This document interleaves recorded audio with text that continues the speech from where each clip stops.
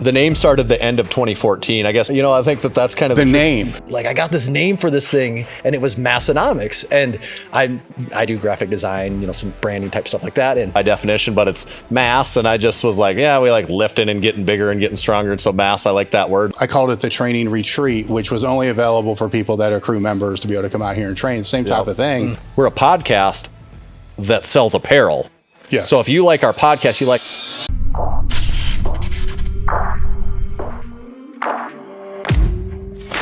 My guests today are, I don't know how to introduce. I don't know if I introduce you guys as just like Massenomics, or if I say if it's, Tanner and Tommy or your full name. So we're just going to say Tanner and Tommy from Massenomics. If you don't know who they are, then you're an idiot. So we're going to talk about their impact in the industry, their podcasting. Their business is essentially apparel, podcasting, content. Actually, I'm going to change that. Apparel, podcasting, community, and then content. And I put community up there because your Discord and your community with your members, you got a loyal following of, I don't even know what you call them, Massenomic. We don't have like Massenomians. Yeah, that's good. We beggars won't be choosers. We'll take whatever we get. Yeah. No, we got to come up with a name for that. So Mastonians? that works too. Well, yeah, they unpaid interns is what they go by a lot of times. We're going to get to that here in a minute, right? So, and so I also want to put out there that you're very close to 400 podcasts, so been podcasting for a long time, podcasting before it was popular to podcast, because now everybody has a podcast. Yep. So we're going to talk a little bit about that. We're going to talk a little bit about the gym. We're going to talk about the apparel business. We're going to talk about some guests, that you've had, mutual guests that we've had. Yep. You see if they're lying to you or lying to me. We're going to have some fun with that. But I can't start this without doing this thing that I've never done before, but it's called overrated and underrated, right? Dave, you did come prepared. I'm prepared. I got prepared. I got a list here, right? So we're going to start, and some of this list came from our Discord too. Okay. So there were a couple, I'm like, I don't know what that means. So I left that one off, but I will tell you this. I'm an outlier when it comes to the shorts, but now I understand the shorts, okay. Right? Which is funny. So my recommendation is yes, put them on the site for like $2,000, right? And definitely keep them there. And I like the idea of having the discount code that makes it more expensive. Yep. But I also understand how extensions work. There's easier said than done. Yeah, I don't know how you would do that. It would be that would be what you would call in the e-commerce industry as a bug. Yeah. It's like people would think there's no reason for that to exist. Oh yeah, and if it happened, you'd be like, oh shit. Yeah. You imagine that? Yeah. You send the email blast out, you post the social media post, and then all your customers like, man, wait a minute, this is adding 40%. Some of our customers wouldn't be caught off guard with that. They've been around long enough with our company. And some would take pride in using the coupon as well. Like people would use be like, I will pay more just for the joke. Yeah. All right, the first thing that I have is jorts. Yes. And here's the deal. Here's the rules. You have to pick one. Yeah. So riding the line is not allowed? Yeah, we know the rules pretty well of overrated, underrated. And this is an important distinction on overrated, underrated for those listening that haven't played along before. It's not, do I like it or do I not like it? That's a different game.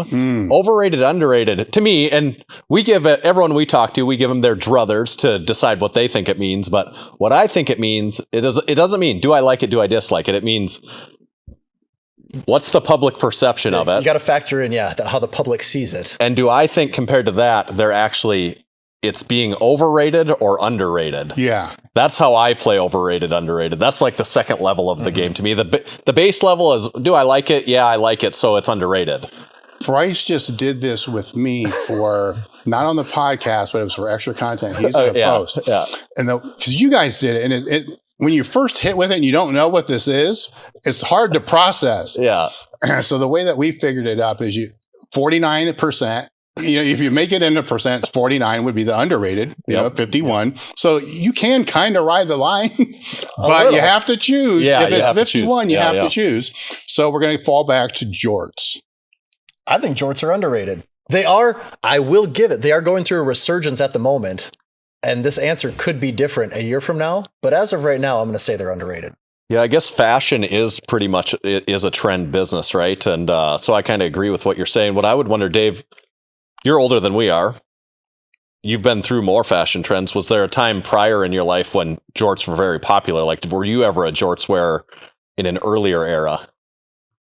No. No? I mean, No jorts in the gym? The only time that would ever have been a thing is when kind of like sweatpants shorts. Right? Yeah. You can't afford shit. So summer comes and you just cut off the pants that you had and you hope that you can afford longer pants when it gets cold again. Where jeans, if you want to call it jeans or whatever, for me personally, there was a long stretch of time I couldn't wear them because you didn't have the stretchy material. So it's like, fuck it, they're all out of it anyhow. So there could have been a time that was in there where now the cargo shorts should always be you got the pockets there, right? It should always be there. It doesn't matter. I mean, with Wendler, it didn't never matter. It's always come and go. But they faded away for a while and need to come back. I think they are though. Baggy's coming back. So I think cargo shorts will be here in style. But here's the pushback on the jorts for and I would, for the record, I would also say underrated too. I mean, it's not a home run underrated, but I do think we're still sitting at underrated. Would you wear them? We sell them, so I wear. We got some. Oh, you sell them? Yeah, we sell them, so I wear. I guess my research sucked on that one. Denim jorts, camo jorts. Yeah. Do you really? Yeah, and they're very stretchy. Yeah, denim technology has come a long ways in the last 10 years. We've got people that squat and deadlift in them all the time. They're actually, I mean, some joking aside, for lifting in them, I kind of like them in a weird way with ours, the way that they stretch. You know, it feels good to squat in them. If they weren't denim patterned, you just think they're spandex shorts. Right. Two questions with this is, how did you guesstimate the length? Right? Because normally if you're really going to be a jort guy, you're going to make the jorts yourself. And most of the time you fuck it up, right? You measure wrong and one's longer than the other one and they end up being like throwaways. And to be fair, that's probably real jorts. Yeah. When you make them yourself, that's what jorts really are. The easy answer here is we had a manufacturing partner that knew exactly what to do. So we said, go. And they said, here's jorts. Interesting. So they're flying off the shelf right now. So people need to head over to Massenomics and get the jorts before they sell out. Kind of joking aside here again, jorts might be one of our most popular things. When they first came out, we had a hard time keeping those things in stock. We couldn't. They'd go out of stock, and then the manufacturer couldn't get them again. And then when we did, they'd be gone.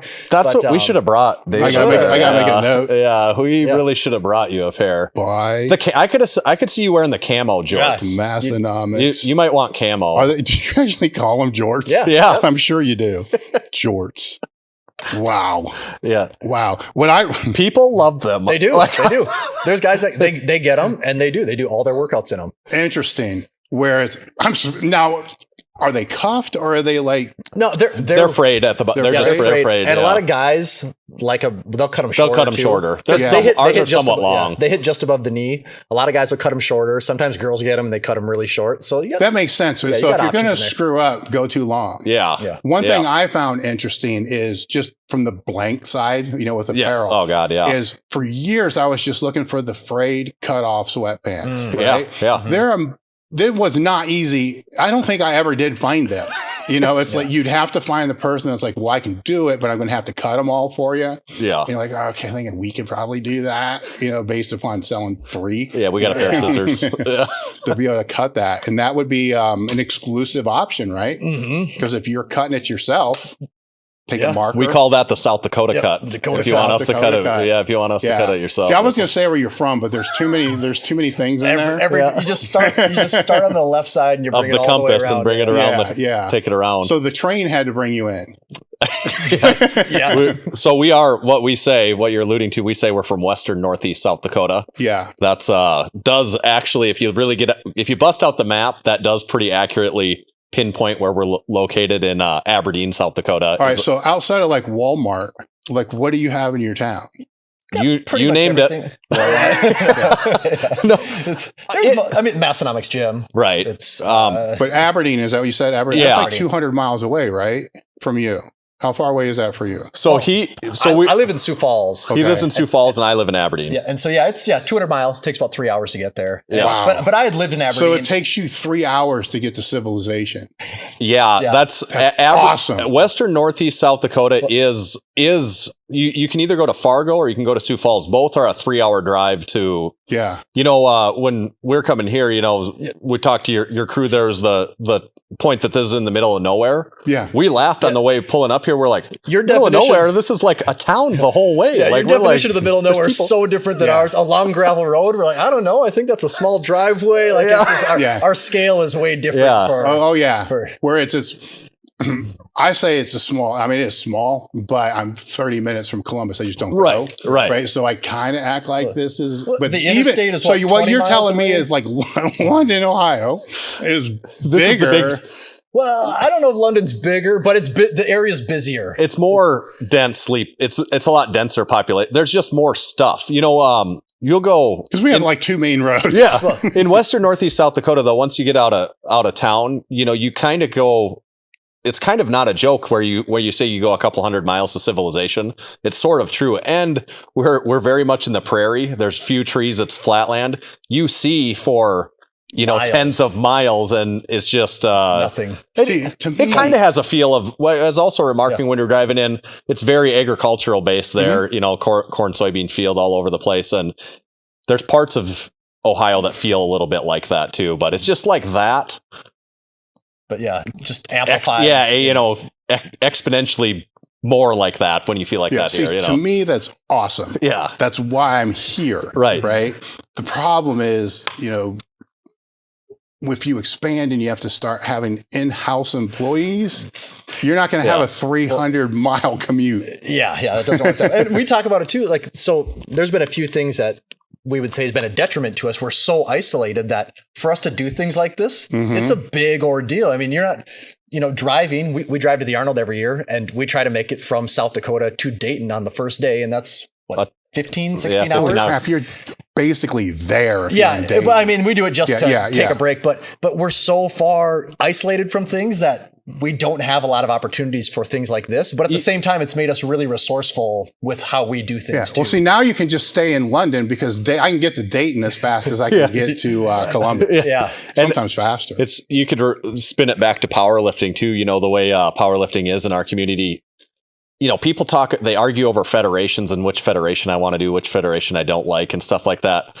In our powerlifting, it's not which federation you like, it's how far away can we not have to go to be able to do a powerlifting meet. A close powerlifting meet is a 3-hour drive. Yeah. The first meet we ever did together, it was the only one we found in the state at the time. 6-hour drive. We drove 6 hours to do our first ever meet together. Because it was the closest one we could get to in that calendar year. Well, you just had a meet, your first meet that you put on. Where did you put it on at? Western Northeast South Dakota. So Aberdeen itself is actually a population of about 25,000. So we're in a decent little pocket right there. There's just nothing close beyond that. But it was in Aberdeen, and we brought people in. We can talk more about it, but we brought people in from 19 different states and 3 different provinces, Canadian provinces, and all flew or drive into Aberdeen, Western Northeast South Dakota. And I heard so many comments of, this is the hardest place to get to that I've ever had to go to. To go to. Yeah. That's great. See, they'll tell that story forever. They will. Yes. They will. So you had more of them? You had more of them than local lifters? Yes. Yeah, I mean, it was close to 50-50, but it was a touch more. Yeah, it was about 50. It was 50-50. But local to international. Yes. Yeah, right. Well, it's awesome for the local lifters because of what you guys are talking about. You got to travel so far, and it's an awesome sport, obviously. It's the first powerlifting meet that's been in our town in at least 20 years, as long as I have a memory. There was rumored there was ones in the 90s, but we don't know that for sure. Right. Bigfoot. Yeah. Allegedly. People have said they've seen a powerlifting meet before, but so we don't know. They've seen Bigfoot more there than they have the powerlifting meet. Next on the list for the overrated, underrated, and I don't know why this one was suggested, but I'm throwing it out there, cruises. I'm assuming like cruise ship cruises. Well, did they say cruise or cruises? or what was the tense? Because it could be. What was the spelling? Yeah, the spelling is and was it CRU with an umlaut above it? Because that means something special in Massenomics lore too. Now I'm very interested.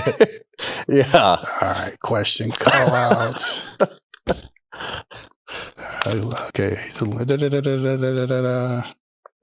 That's why I was confusing to cruises. Cruises. Okay. Like going on a cruise. Yeah. Okay. Like I assume that. I don't know. All right. I mean, you just brought up some shit. I don't know what you're talking about. So let's, for now, let's just say cruises. Cruises, like as in a cruise ship. Is that what I assume. I think cruise ships. I'm gonna leave this open. Incredibly overrated. Right? Yeah, that's. Well, have you ever been on a cruise? I've been on a cruise ship. I did one, and that was enough for me to realize, people are having way more fun here than what they should be. This is overrated. And where did you go? That was part of the problem. We left from Galveston, Texas, went all the way across the Gulf to Florida. So you started like 3 days on the boat, which is way too much boat time. And then you go from Florida to some spots in the Caribbean there. But you didn't go like Cozumel. No, that was not the cruise. You just like cruise right past Cozumel. Yeah, it was like, the good places. See you later. Yeah, that wasn't the one to do. No, I don't want to be around that many people most of the time at all, let alone like locked on a ship with them. So I've never been on one, but my answer is no. But to be overrated, but to be honest, I don't like that. I don't like that question that they submitted. That's not a good one for us. The audible here. The good one is crew, CRU with the umlaut above it. And that is something that you're familiar with. And you talk about naming conventions for, supporters and followers and stuff like that. And that's really what the most common name is, our crew, CRU, and that's our supporting members and our community around it. That's our got the Discord crew. And that's kind of our lifeblood at this point. They've actually become, we did this for many years without anyone supporting and following. And we kept the wheels moving for that period of time. But now what it's transformed to is we almost, everything we do is like a feed off of what's coming from our group of supporters, kind of. So it's like if they went away, I'm not sure what we would even talk about and do anymore, because it's like everything comes from them kind of now. And it's really made Massenomics feel like it has a life of its own, because, we are the two owners of this company, but there's a lot of weeks where I can't keep up with what's going on in the crew. And I'm like, Tanner, what the hell is happening to Massenomics this week? Because there's so many inside jokes and minor joke dramas, things like that, it has a life of its own. It's on Discord, right? Yep. Yeah, okay. It mostly funnels through Discord. We call it just like you, we call it our Discord crew. It's same concept. And that's where most of it funnels through. Obviously, it lives on Instagram also, and it lives on YouTube comments. Yeah, YouTube comments. Anywhere there's a presence. Primarily, it starts funneling through Discord usually, yeah. Well, so this will be a question just about that, because when we started the crew, which has the Discord and extra podcast or whatever, and it was for the same reason, to be able to help support the podcast. But then over a period of time, it started to take on like its life of its own, kind of. To me, it's the closest thing I've seen online to a training crew in a gym. It's unlike a forum. It's unlike a Facebook group. It's different. It was surprisingly good because I'm thinking, it's just going to be a place we'll answer questions. It's going to be a cesspool of just an extension bad comments and shit. That worst online community. Like a YouTube comment section. Yeah, that's not the case. So yours is the same type of thing. Frequently, people get in there, they join for the first time, and there's a group of people that sort of lead it because they've been in there for so long and they activate. So many times new people will come in and they'll make the comment, wow, I didn't know there was a thing on the internet anymore where I could go and it was so overwhelmingly positive, in the sense like, no, but like there's not negative energy. And also guys bullshitting with each other because they get it. They're buddies, so they give each other shit online and take it and have fun with it, not get offended. Well, like what you were saying, I'll go on ours sometimes and I'll be like, what is going on? Like, where did this conversation start? And you're like, there's so much going on, but the cool thing is other people are driving it, and answering it, but you do kind of get lost in it. But if you got enough people in there, it spawned Instagram meme accounts of its own. Instagram parody. I mean, just this week we don't know who these people are, but they've created a secret meme account that's having fun with one of the lifters in the crew, and it's just we don't that's know who's great. doing it, and it's good.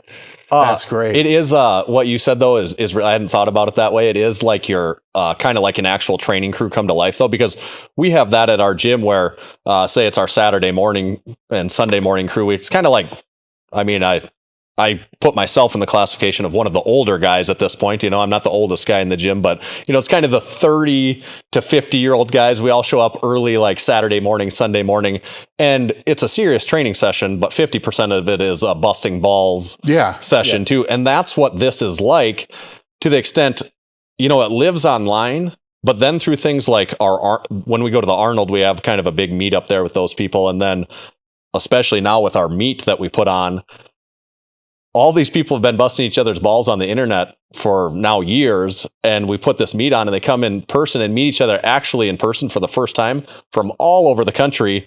And it's like they are old buddies. Like there's there was so many people that I'm like, okay, who are you? I only know Instagram handles. I know, that's and crazy. It's like they say their Instagram like they say their name, like I think I know, and then they say the Instagram handle. It's like, oh, you old son of a bitch. Okay, and you know, and then you're ragging on them right away and having a good time with it. A month ago, we had I called it the training retreat, which was only available for people that are crew members to be able to come out here and train. Same type of thing. And it's like, okay, so your real name is this, but it was awesome because they all had this rapport, like they've been training together for years. Right. And it was actually cool. It was very, it was awesome. Yeah. So then it's like, well, how often can we do this? You know, because they got to travel, right? So then there's the expense of them being able to get there to travel. But that was probably for at least on our end of that, I was more than pleasantly surprised. You know, I'm just like, hell, we just need some help to help support the podcast. You know, well, when we started it, we thought, we're like, okay, we know both of us will be in there. I know my brother has Discord. Neither of us have been on Discord before that. Like, I know my brother has Discord. So there'll be at least 3 of us. If we're lucky, a few more people can talk, and I guess we'll just stay really engaged. Well, we'll try and keep the ball rolling. Yeah, it got a life of its own way quicker than we would have ever guessed. Now, personally, I love it because it's its own app. I don't have to deal with this other shit. I just go there. You can. I mean, we have a very, very small paywall to keep people out. Yeah, so you have it filters but out that lowest common denominator. Yes, it does exactly, and that's I wouldn't not. You know, I'm sure we like the money. Of course, that's part of like helps us keep running. But the paywall is more important for the filter. Honestly, 1,000%. I think that's the biggest part of the paywall is filtering out the people that are just going to come in and flood it with bullshit. Have you had? I'm sure you did because you started before I did, but more recently, have you had people that have a hard time just navigating how to use Discord? Yeah.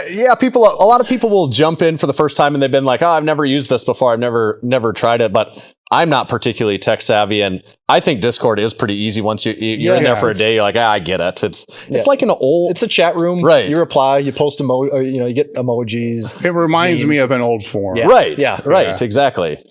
Except the emojis, you got to figure out. You have to figure out how to speak emoji, which is a little bit different. Emoji and GIFs, you know. Yeah. All right, next on the list, spicy water. Well, are those spicy? Like any gracious host, you gave us a pallet of spicy water. Well, I'm sure you've rated those. Yeah. So what was your rating? Well, should maybe we should bust one out? Yeah. So have you personally had any of these? This is the only one that I like. I'll drink any of them. Well, that's the best one in the bunch. That's one of my cherry favorites. All-time classics right there. You can't go wrong with cherry. I'm partial to cherry, lime, and we got grapefruit on the end. Those are top 3 like all-time right there. So it's hard to beat those. I have a hard time buying them that are not a variety pack. It's like you're stuck having to buy the variety pack. Yeah, it's one of those things though. You know, it's like a fine wine. You got to really work it over, let it get into your system, figure out what it is. So with the sparkling water, then what is the highest rated? So we go on a scale of 1 to 5 JD Power Awards is how we rate these things. With half points being half points can be awarded. So this is like RPE now. Yeah. It basically is. We were actually talking about this the other day. I don't think anything's ever received a 5. No, we say it's a 1 to 5 scale, but nothing really gets below a 2. Nothing gets above a 4. So it's really in the 2 to 4. It's like we're reserving this 5 for some fictitious drink that we haven't had yet. We pretty much rate everything 3.5 to 4 for the most part. The worst rating ever ingredient ever was Protocol. You ever heard of that? No. It's not sparkling water. It is alcohol with protein in it. Oh, protein, God. alcohol, So canned It's drink. almost like is it supposed to be a beer or a seltzer? Do you remember? It sounds gross. Yeah, and no it matter what has, it does is. it have 10 grams of protein in it? Yeah. And I mean, the best I could say about it was it's not piss. Like it was not, Yeah, it was not good. It was slightly above piss, but That was bad. so people send us drinks all the time, and what they do is a lot of times they'll wrap them up with get some paper construction around it paper so we it. can't see it, and they send it with a note and say, hey, open this on the podcast, try it out. You both try it out, and we blind rate it usually. So first we'll try and guess what the flavor even is, and that's half the battle with these, because for anyone that isn't a sparkling water vet Connoisseur. like us, there's a hint of flavor, like the joke is this drove by a field that had some cherries in it, this candid, and that's how it's flavored. And different brands have their, like, this is bubbly. Bubbly's a little stronger on the flavor side. The joke started because Tanner would show up to my house to record a podcast with a can of LaCroix. And I'm like, he's drinking that? Really? Mhm. And then I bought a case, and at first I'm like, this stuff sucks. And then you kind of drink it a little more. And pretty soon I'm like, I know. Just to make fun of the whole thing, because it's so ridiculous. It doesn't taste like anything. We'll play a game. Well, Tanner will have to actually say what this tastes like, because he can't say a flavor. And it started out, we couldn't really taste them. And then after a while, we're like guessing these flavors actually. like spotting, like that one's got hibiscus and, a hint of cucumber. in there. So it's an acquired taste. It definitely is an acquired taste, because my wife's been drinking the sparkling water shit for years. And I would have one every now and again. Oh, God. And take 2 sips and like, I'm done. It's gross. Now I'll just drink it. Because I think I've acquired a taste. It kind of is. Because like you said at the beginning, we just kind of thought it was bullshit and we're joking around with it. But anymore, it's like, now I just drink them. And I think to this date, have we rated 150 cans? Probably something like that. Yeah. All right, so now going back to the spicy thing, what the hell is considered? Because the flavor's already a problem, right? Yeah. So how do you know if it's spicy or not? We've never really talked about this in depth. Is it just the fact that it has bubbles? Is that what makes it spicy? I don't really know where that stems There's from. also, we have this joke, it's a steaming hot. We always say they're best served. So there is no such thing as spicy. There's just fresh out the oven, steaming hot. Actually, someone sent us one just this week. They wrapped it, or a couple weeks ago, they had wrapped it up as one of our crew members. He had mailed it to us, and it was a Polar small batch margarita jalapeno sparkling water. It was had a jalapeno was one of the it had a little that did have a bit of a burn. It just gave you the hint of heartburn. It's not what you would choose to drink if you have a choice. Like I said, this can go 2 ways. It's either like your 3.5 or a 0. Yeah, it was about 3. Like the flavor was good. It's just not something you would really consider refreshing. No, so are any of them? Oh, I think they're pretty refreshing. I don't know. Cold one. I haven't got there yet. I haven't got to the refreshing I don't drink pop, depending on what part of the country you're from, whatever you call it. I don't drink soda or pop or whatever. Soda. Yeah. I would call it pop. Right. I haven't had a pop in 20 years, like legitimately. So this kind of gives me something sometimes. And also the funny part about this, I'd throw in, we're kind of known for, drinking beer and doing that sort of thing. And this became kind of a substitute at that, because we can't drink beer. We can't. Sure, you can. We can't drink beer all the time. We got some other things going on. Like people don't believe that we're like trying to run businesses. We have jobs and kids, families and all that stuff. I think we're just like over here, like unhinged alcoholics making memes all day. We could. Well, you could. I don't think it'd work it quite as well. Yeah. All right. Next on the list, 4-board. Like a 1-board, 2-board. Oh, the 4-board. Yeah, good choice. Okay. Yeah, that's a good one. Yeah.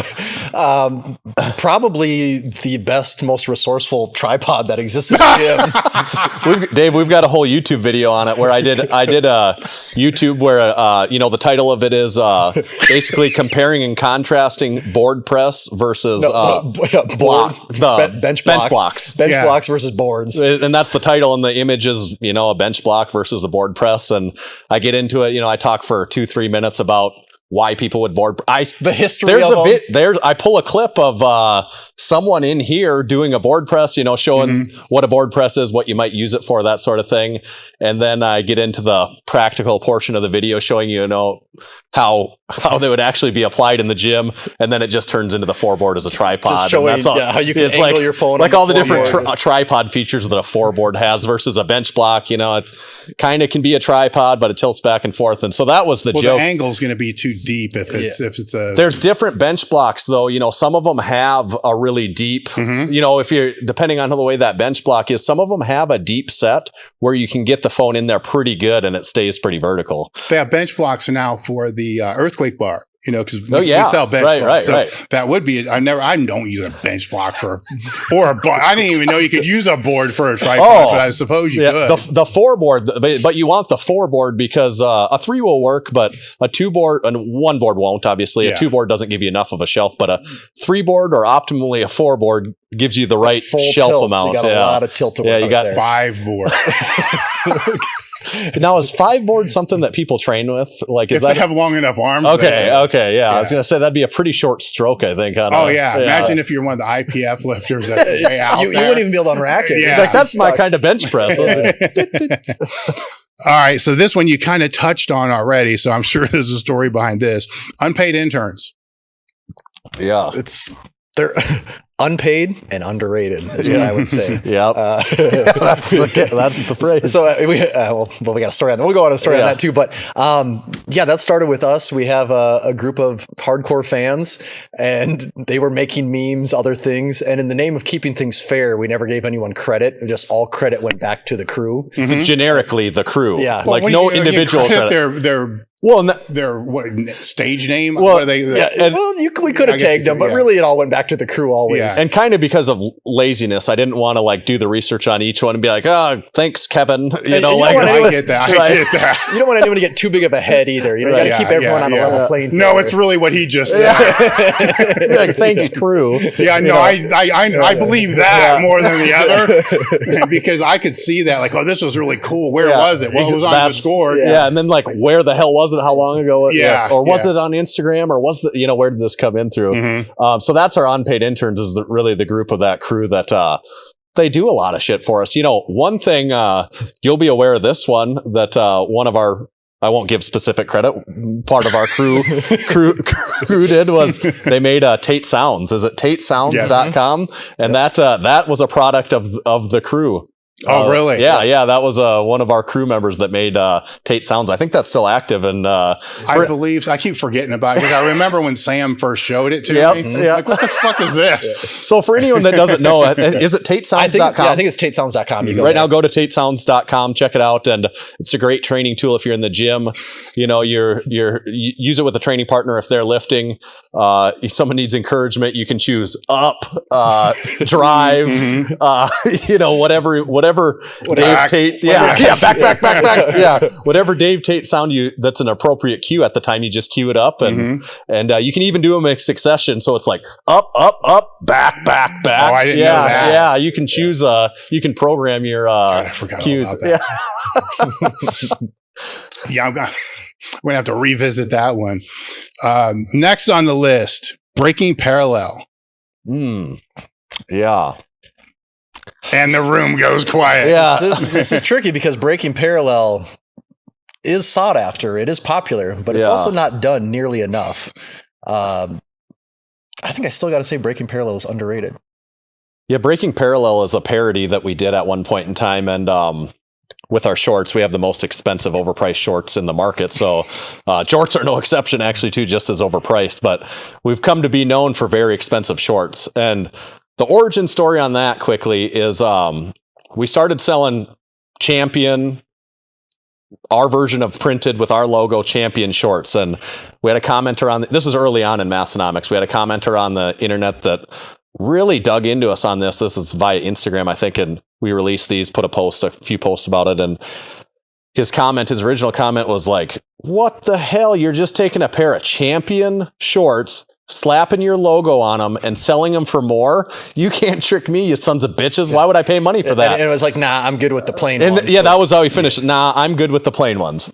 And to us, we're like, I don't know if you know, but that is how the apparel industry works. You take the plain ones. Thank you for describing the business. Sell it more. That's actually how a lot of businesses in the world work. You take something, you decorate it, you sell it. And so we ran with that for quite a while, and it caught a lot of traction. It became pretty infamous online. Now, I've been through that journey several times with t-shirts. And this is also, what were we selling? Were we selling our shirts for? Our shorts were like $30. I don't even know if we started at 30. They might have been 25 at the time, and we're talking $25 shorts. It's completely. We was getting into the price, how overpriced they were, and that led into maybe our most popular running gag of all time is our expensive shorts.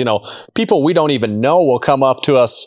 They'll be at the Arnold. They'll be like, nice shorts. How much did those cost? And we'll be like, you get it. And there'll be people don't even know them. They'll be completely serious. They'll be looking down at the table. They'll see the shorts and they'll just look and go, these are those really expensive shorts, aren't they? And like, or somebody, they'll just come up to you and say, I just want you to know I did get my mortgage approved before I came here. So I can buy this. And like, they're in on the joke. They're deadpan, completely serious. They're giving you the joke. And another take on that, some people start to think our audience that is into this, they paint a picture of what they think this person is like. And maybe they think they're just a goofy guy that's in it. He maybe barely lifts, he's like kind of trains casually.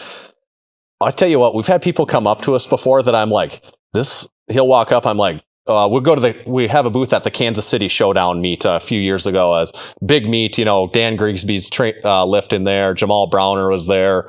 Herbie is there, just tons of top, John Hack, Andy Huang, tons of top tier lifters were lifting in that meet. And, one of them comes over. I won't name names on that either too. And I'm like, this guy doesn't know about, this guy doesn't fucking care about Massenomics. You probably thinks we're a couple dumbasses. And he comes over and one of the biggest guys in the room of real big, strong guys, and looks at us and he busts out that same lip. He's like, why do you charge so damn much for these shorts? And like, I crack up laughing because he's in on the joke. And then he comes and he's like, yeah, I don't miss a podcast episode. I know all the jokes. He's like, brings his wife over here and she's like, oh, look, it's those expensive shorts. And she's like, rolls her eyes just like every wife does when husband makes them come over and talk about it. And that was a revelation moment for me where I'm like, oh no, like there's people that enjoy this and get a kick out of this of all people that we think spectrum. are the most hardcore people that would be bothered with this serious or this dumb jokey stuff. No, this relates to everyone or way more people than we think. And to bring the initial thing full circle with the lift shorts, the guy that left us that initial review saying this is so expensive, how could you, this is so dumb, it was about 2 years later the order came in. He said, all right, you got me. I'm buying them. So the guy actually ended up buying them that initially left. He knew it turned into this giant joke, and then he was like, "Nah, I'm in on it now." He's probably over a period of time he's sold more shorts than anybody. Yeah. It's safe to say that did change the direction of how some things went for us because we're like, we can take anything that happens as long as we don't take it seriously. It can't hurt us. We can make anything a joke and roll with it. This did not happen with the shirts from the start, because I'm sure it's something before you went tagless, you had tags, right? It didn't happen with that. I don't know if we ever had, maybe our very first run of our very first early, we had tags on there. No, but it was the shorts that got people. I think people in their mind are just more used to buying decorated tees. That's more acceptable in their head. And I don't know if it's that the shorts were Champion specifically that they associated. That's a strong brand recognition where if it's some shirt, they're like, well, I don't give a shit about Next Level or Bella Canvas or whatever. Gen Pop doesn't know the difference in those, but they see Champion, they're like, well, I know Champion, you're just ripping off Champion shorts here. So maybe that was part of it too. The shirts have been kind of weird because we have both. So we'll have tagless and we'll have Gildan or Triathlon or whatever. Where I can remember phases to where is this Gildan, right? And then they're like, I don't want no, and now it's Triathlon or whatever. So then you do tagless and it's Gildan, right? And it's tagless, right? And it's this isn't Gildan. It's like, actually, It is. Yeah, joke's on you. Yeah. Yeah, and if we wanted to talk apparel fits and all that, oh man, that's been a brutal one lately with just whatever's going on with factories overseas, the way they're sourcing and making materials. They can't make stuff consistently apparently anymore. It's been a battle. No, we will circle back to that one because that is a struggle I think everybody deals with. It's like what happened to the R? Like, why am I now wearing a XL? Yes. I never thought I was a 3X. I never imagined I was a 3X. I've actually lost weight and now I'm a fucking 3X. You know, that it is doesn't make exactly sense. the same thing. Yeah. All right, next on my list is liquid soap. Liquid soap. I don't know if I have a strong opinion on liquid decide soap. what the court of public opinion says on liquid soap. It's kind of the go-to. It's I'm the a bar standard. soap fan though, to be honest. So I guess I'll say liquid soap is overrated. Tanner's more of a hipster at his core, so he probably has some like beeswax bar soap or something he's hiding. So just to disagree, I'm going to say liquid soap is underrated. I'm going to say that it's overrated, right? The reason for that is if you use liquid soap, right, in the shower and not like the hand sanitizer. Right. When you got a fresh bottle, right, it's awesome, right? But it doesn't stay full for more than 2 days. Somehow. 100% agree with you there. But on the flip side of it, bar soap, it attracts all that hair and the last guy's mildew is on there and you leave them sitting and they get gross. So that's. But with the liquid soap, when you get down to like this, you got to just dump those. You just dump those. No, you don't. I mean, you sit there and you the like, pump doesn't work anymore. You try to milk the shit out of it. Third full. You get some water in there and then you're diluting your soap down. Yeah. So it's for me, bar soap is underrated. Yeah. Like you need the bar soap. I'm a big bar soap guy too. The liquid soap's great when it's full, but somebody needs to keep the shit full all the time, or you need to buy in bulk. Or you should sell. I mean, maybe you need to sell it. We could. We've had some. We're always looking for something. You have stickers. You have tons of stickers. We'll slap our logo on just about anything and charge a little more for it. And then people are going to say, "Dude, this is just dial soap." Dial soap with our logo. And put it right over the logo so it hides the logo. There you go. I got a business proposition for you then. All right, so that's my overrated, underrated. Awesome. I could keep going forever. That was good. With Massenomics, when did it start? Because I'm thinking you guys are about a decade now. Yeah. Closing in on that. Yeah, we say 2014. It's actually tricky to say when it started because the question would be, when did what start? You know, I think that's kind of the name. Yeah. I would start with the name. The name started the end of 2014. I guess. What's your story? Our story on this is kind of tricky, but what do you say? Yeah, because you're old now. So you're forgetting details. That's exactly that's actually the right. That's the truth. Well, the earliest days were Tanner and I were both lifting at the local YMCA. It was really the only gym you could go to in the area, and both powerlifting. Only we did not know each other at all. I was relatively new in town, and only reason we knew each other because we were the only guys up there about 5:30 every night that both seemed to do powerlifting type things. Like we were hitting depth on squat, we were benching, we were. I like how you explain that. We were. That's an important indicator. You know, like that's a power lifter for sure. Right. It's like, damn, he's not just quarter repping that thing. Like, we were deadlifting, which is also a complete anomaly at the time, and eventually, you know, you're at the gym with another guy that seems to be doing what you're doing. You just spark up a conversation, and so we'd kind of catch up when we were there. And one day you came up to me and you go, "Oh, I started this YouTube channel," and I think was it Aberdeen Strength Training? Was that's what. For a couple days. Tanner that was 2014. You know, when people were kind of getting going with online training, vlogs, you know, YouTube and all that. And I think you did that for maybe a couple videos. Yeah. And then you came up to me another day and you're like, "Oh, look at this. Like, I got this name for this thing." And it was Massenomics. And I do graphic design, you know, some branding type stuff like that. And I'm like, that's actually a cool name. The number of times people tell me names for stuff and I'm like, that name sucks. It's a bad name. And I'm like, that's actually a really cool name. And to date, this is still the only time I've ever done this. I'm like, "Oh, let me just make a logo for you." Like, I've never offered to do anything for free for anyone before. I don't know why I decided that was the time to do it. And so I'm just kind of sitting, letting it stew in my head, and sat down one day, made the logo for Massenomics. It's still the logo we use to this day.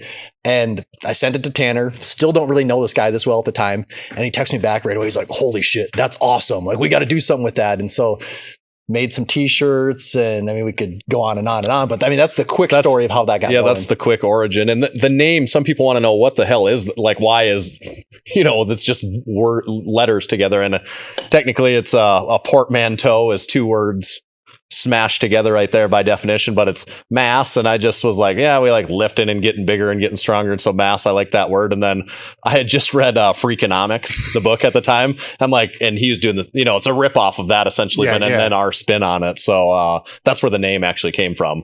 And at first it was a YouTube channel. I was just videoing me in the gym. If you look at our YouTube channel, you can go back. Yeah, they're still there. Tanner hasn't taken any of them down.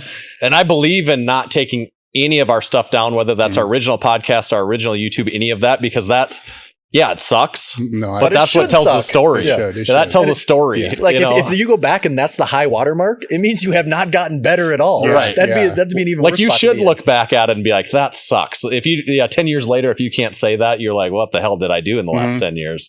So that's the start. And then, it wasn't long after that it turned into a gym also. So next came the gym.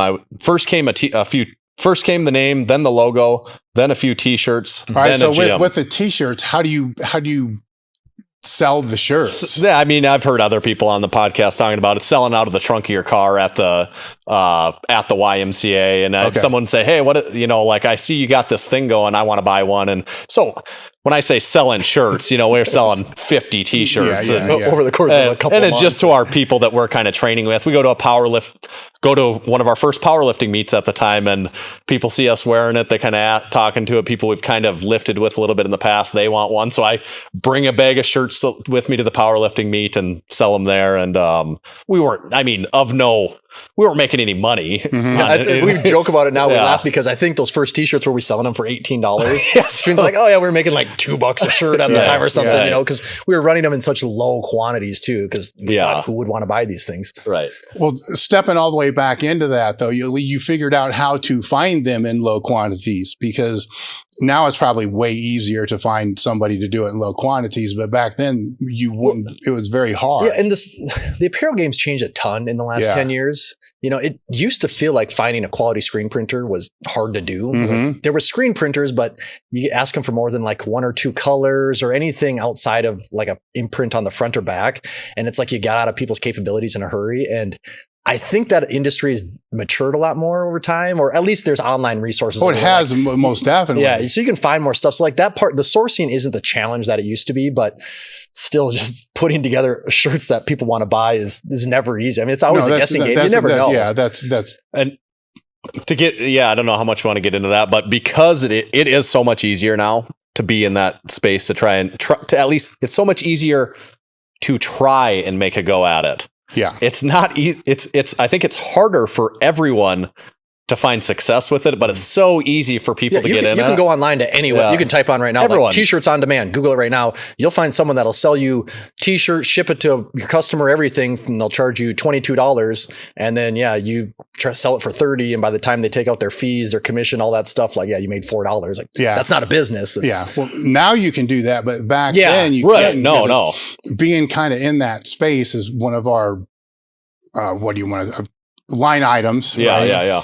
Is with screen printing, it was either I need to buy our own, which I didn't want to do that just because of space and stuff like that. Yep. So we stayed heat pressed before we did the screen print, because if I had to get screen print, I needed like quantities of 100 per size. Yep. Like this is going to take me 4 years. And then there are going to be giveaways at some point. Yep. And so your ability just to find somebody to maybe, was it a local person at first? We started locally. Okay. And then, and it was fine, but over time we found a different vendor that we've worked with for a long time now that's been way more flexible. Better pricing, more reliable.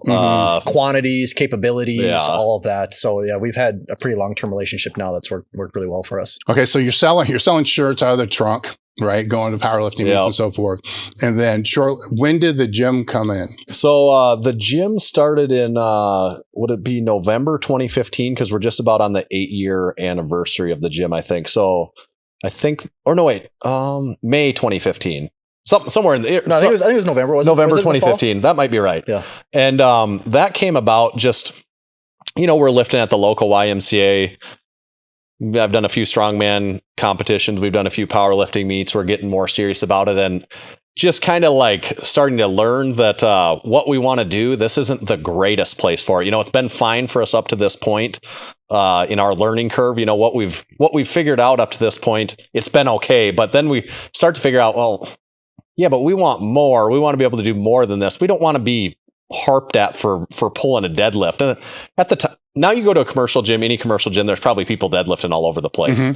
But 10 years ago, it was way more rare that people were doing that sort of thing. And we would get told not, that it's damaging the floor and stuff like that. And we were ready to find a place of our own. So I kind of took the lead on that. And I'm like, well, I'm just going to start digging through Craigslist. It was strictly Craigslist at the time. That's where I was pulling this stuff from.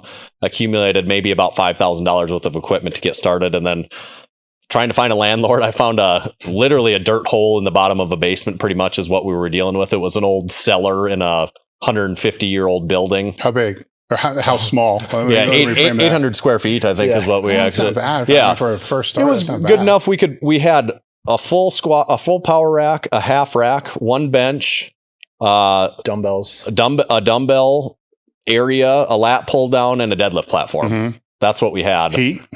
That's we had a there was no formal HVAC system. No, we had a space heater in there. An Eden Pure space heater. Yeah, the first guy that would come in the morning, we couldn't leave it run all night. The first guy that would come in the morning at like 5 a.m., it was his job to turn it on when he got there. So he'd train and be like 55 degrees in there. If anyone doesn't know, and where we live in South Dakota, it gets negative 30 in the winter. So that's why I threw that out there. It's freaking cold. But he'd turn it on. By the time some of the later guys would get there, it'd be fine during the day. But and it wasn't AC'd, so when it was hot, the mirrors would be dripping, would literally just run.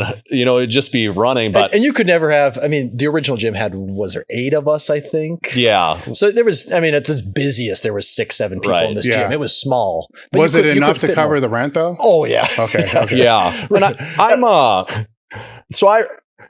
I manage the gym part of it, and I'm pretty like through my other career and just my mentality and stuff, I'm pretty like financially responsible. And I wasn't going to get into anything. Some people might say frugal or cheap. Some of cheap. Good. Yeah. And I wasn't ever going to do anything with that, with all that. With actually anything I do, I'm pretty calculated on risk decisions. And I wasn't going to do anything that I felt was stupid. And I had enough commitment. I know people want to start a gym, they get commitments, and then they go to start the gym and nobody shows up. That's the age-old thing. Also, nobody start a gym. Don't start a gym if you're listening to this. Like, that's my number one advice. It works out good for us, but know what you're getting into. Yeah, don't do it. Real estate prices in Western Northeast South Dakota are vastly different than the majority of the country. So it did. At first, I fronted the money for the equipment. So I had that expense, and a couple other members actually did too. They put in a little money to buy some equipment. They kept ownership of the equipment, but that's a fair risk though, because it doesn't work out. You just put you it got in the your equipment. garage. Yeah, exactly. And exactly. It was so cheap at the time. Like, what was it? You needed 5 members to break. Yeah, even? Our rent, and it was literally a dirt hole. We were paying like $400 a month in rent. So it didn't take very many members to cover that. And then assuming they pay. Well, that's the other thing, because I had some capabilities from the onset. I was like, I am not letting these freaking people pay me, write me a check or throw me cash every month when they feel like it, because I already know that doesn't work. And it's also going to like cause me to, at the end of the day, my good buddy and I aren't going to be good buddies because this guy won't pay me his freaking $38, and I'm getting pissed off about it, and now I'm covering for him, and we're all covering for him. So I set up ACH payments from the start. To be a member, you had to either like pay a year up front or set up automatic payments. Even when we had 8 members, everyone was ACH monthly payments. And I kind of had the connection with the bank to be able to get that set up pretty quickly. And that was... Do not. Could you imagine not having that with a gym? No, do not do it without that. Well, that's if you need the money for anything. If you want to just be if you want to volunteer your services to people and make it a charity, then that's cool too. But don't go into it expecting that they're going to pay you each month with cash. What I've always told people that are in that position is assume this is your garage gym someplace else. Yes. You can float this all yourself. Worst case scenario, And all it means is less seltzer water. Yes.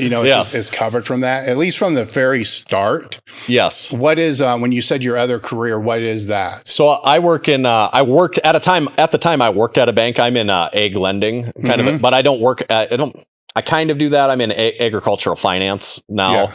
Yeah. So at the time I worked at a bank, so I had a real good connection where, these services weren't costing us any money. I could kind of do it on the cheap. And, but that's what I do. I do it to this day. That's another thing. Both of us still have full-time jobs outside of this. So what is yours? So I have a freelance web design business. Okay. Web design or just graphic? Web design and graphic design. Okay. So yeah, because web design is a broad. It is a broad thing. Yeah. The majority of my income comes from building websites, but then like if I have clients that need help with, graphic design, photography, video, like I have a whole e-commerce or I do some e-commerce things. I mean, we run our store and everything, but like if you came to me and said, "Hey, can you do?" I'm like, "Yeah, you're a little too big for me, Dave." Like that's not. But if someone's like, "Yeah, I want to sell I'm starting this product. I've got 3 products to sell." You'd be like, "Yeah, I can set up a shop for you." I'm very upfront with my clients if you're going to be a good fit or not. I have the luxury to have people coming to me so I can say, if it's going to work or not, and if it doesn't, I can pass it and take the next one. But that talking about us having full-time careers, we both have large families and we have wives, houses, mortgages, kids, mouths to feed and stuff like that. This relates to Massenomics business in general, also the gym business in general. A lot of podcasts, this is a point I like to make. People talk about sometimes you got to burn the ships. Whoever the Spanish sailor was that came to South America, he's burned the ship, so they had no choice but to get out of there. I am not a favor of burning the frickin' ships. Like, you need to not burn the ships. Like, it goes my risk tolerance and stuff like that. I'm like, when we're setting up the gym, I'm doing it in a way where, no, I'm not burning the ships just in case something's not right about this. If this isn't and I think a lot of people underestimate if they really want something, their work capacity. Like, if you really want this, you can work at multiple things for a long time. We just burn the candle from and 5 eventually, ends like it's just going to crush you because things are going good. Right. Then you can make the decision. Like, right. You shouldn't just be like proactive, like, I'm probably going to be busy, so I'm just going to like throw this thing away and go all in here. Like I'm 100% under the same mindset because it's risk management, which you need to understand in anything. Yeah. And the whole no backup plan or no B plan to me is fucking ridiculous because even it's interesting when you look at the people that are strong proponents of that and then you look at what they do. Like if they're in business and one marketing scheme doesn't work, does that mean you just stay with it? Absolutely. Or do you change it? Right. Well, of course they change it. So wait a minute. I thought it was like burn the boats. And when you just stay with the shitty marketing plan that you started with. Yeah. It never made sense to me. No. Where, especially when you're building a business or trying to build a business, there can be the negative to where there is a certain point where there's that balance, and then that's a second risk. Like the first risk is starting it, right? The second risk is when you get there, like, ooh, maybe if we flip now, this will go better, and that's a whole different conversation. Where I think the people that you're talking about are just like, fuck it, I'm going in. And like, good luck, man. It ties into that Instagram, like beast mode, grind, hustle culture. It's like, it's a glamorous thing to say, but it's like, no, just work hard at something. And then if it's going good, you'll know. And then you can start to make a call on what the next move is. No, yeah, what you're saying is right. There very well, hopefully is a tipping point when you can make those decisions, but it's usually farther on down the road than what a lot of people might, it's like you make those decisions when you're forced to almost. And that's kind of what you said too, when you have like, I almost don't have a choice now. If we're taking this to the next level, it has to go, I have to go all in on it now. Well, then you're more informed too. Right. This is 80 hours a week or 100 hours a week, unless you're one of the lucky ones that just grow fast. But that's a problem too. It is. A lot of times, because I've seen those too, they don't have longevity. So you better hope this fast pop is enough to retire on, or at least you've maintained contacts to be able to go back and do what you were doing before. Yeah. I've always said that I got enough people that own training centers that if everything goes south, I can still go train people, as long as they all stay in business. Yeah. Right. There's my B plan, right? Like just be a trainer. Right. It's there, but you make a very valid point with that because then you got to balance it all. Yeah. Which, you do have to. And I think that's something we've become pretty good at is balancing, talk about juggling the balls. Well, we juggle a lot of fucking balls and you just learn that sometimes one is you drop one ball for a little while and you keep juggling the other one, then you pick it back up. And then the gym, we've been able to really grow that organically, where to the point where because of other things going on, I don't rely on the gym financially anyway. It's still kind of like a club, even 8 months later or 8 years later. It's still kind of like a club in the sense that, yeah, these members are paying money,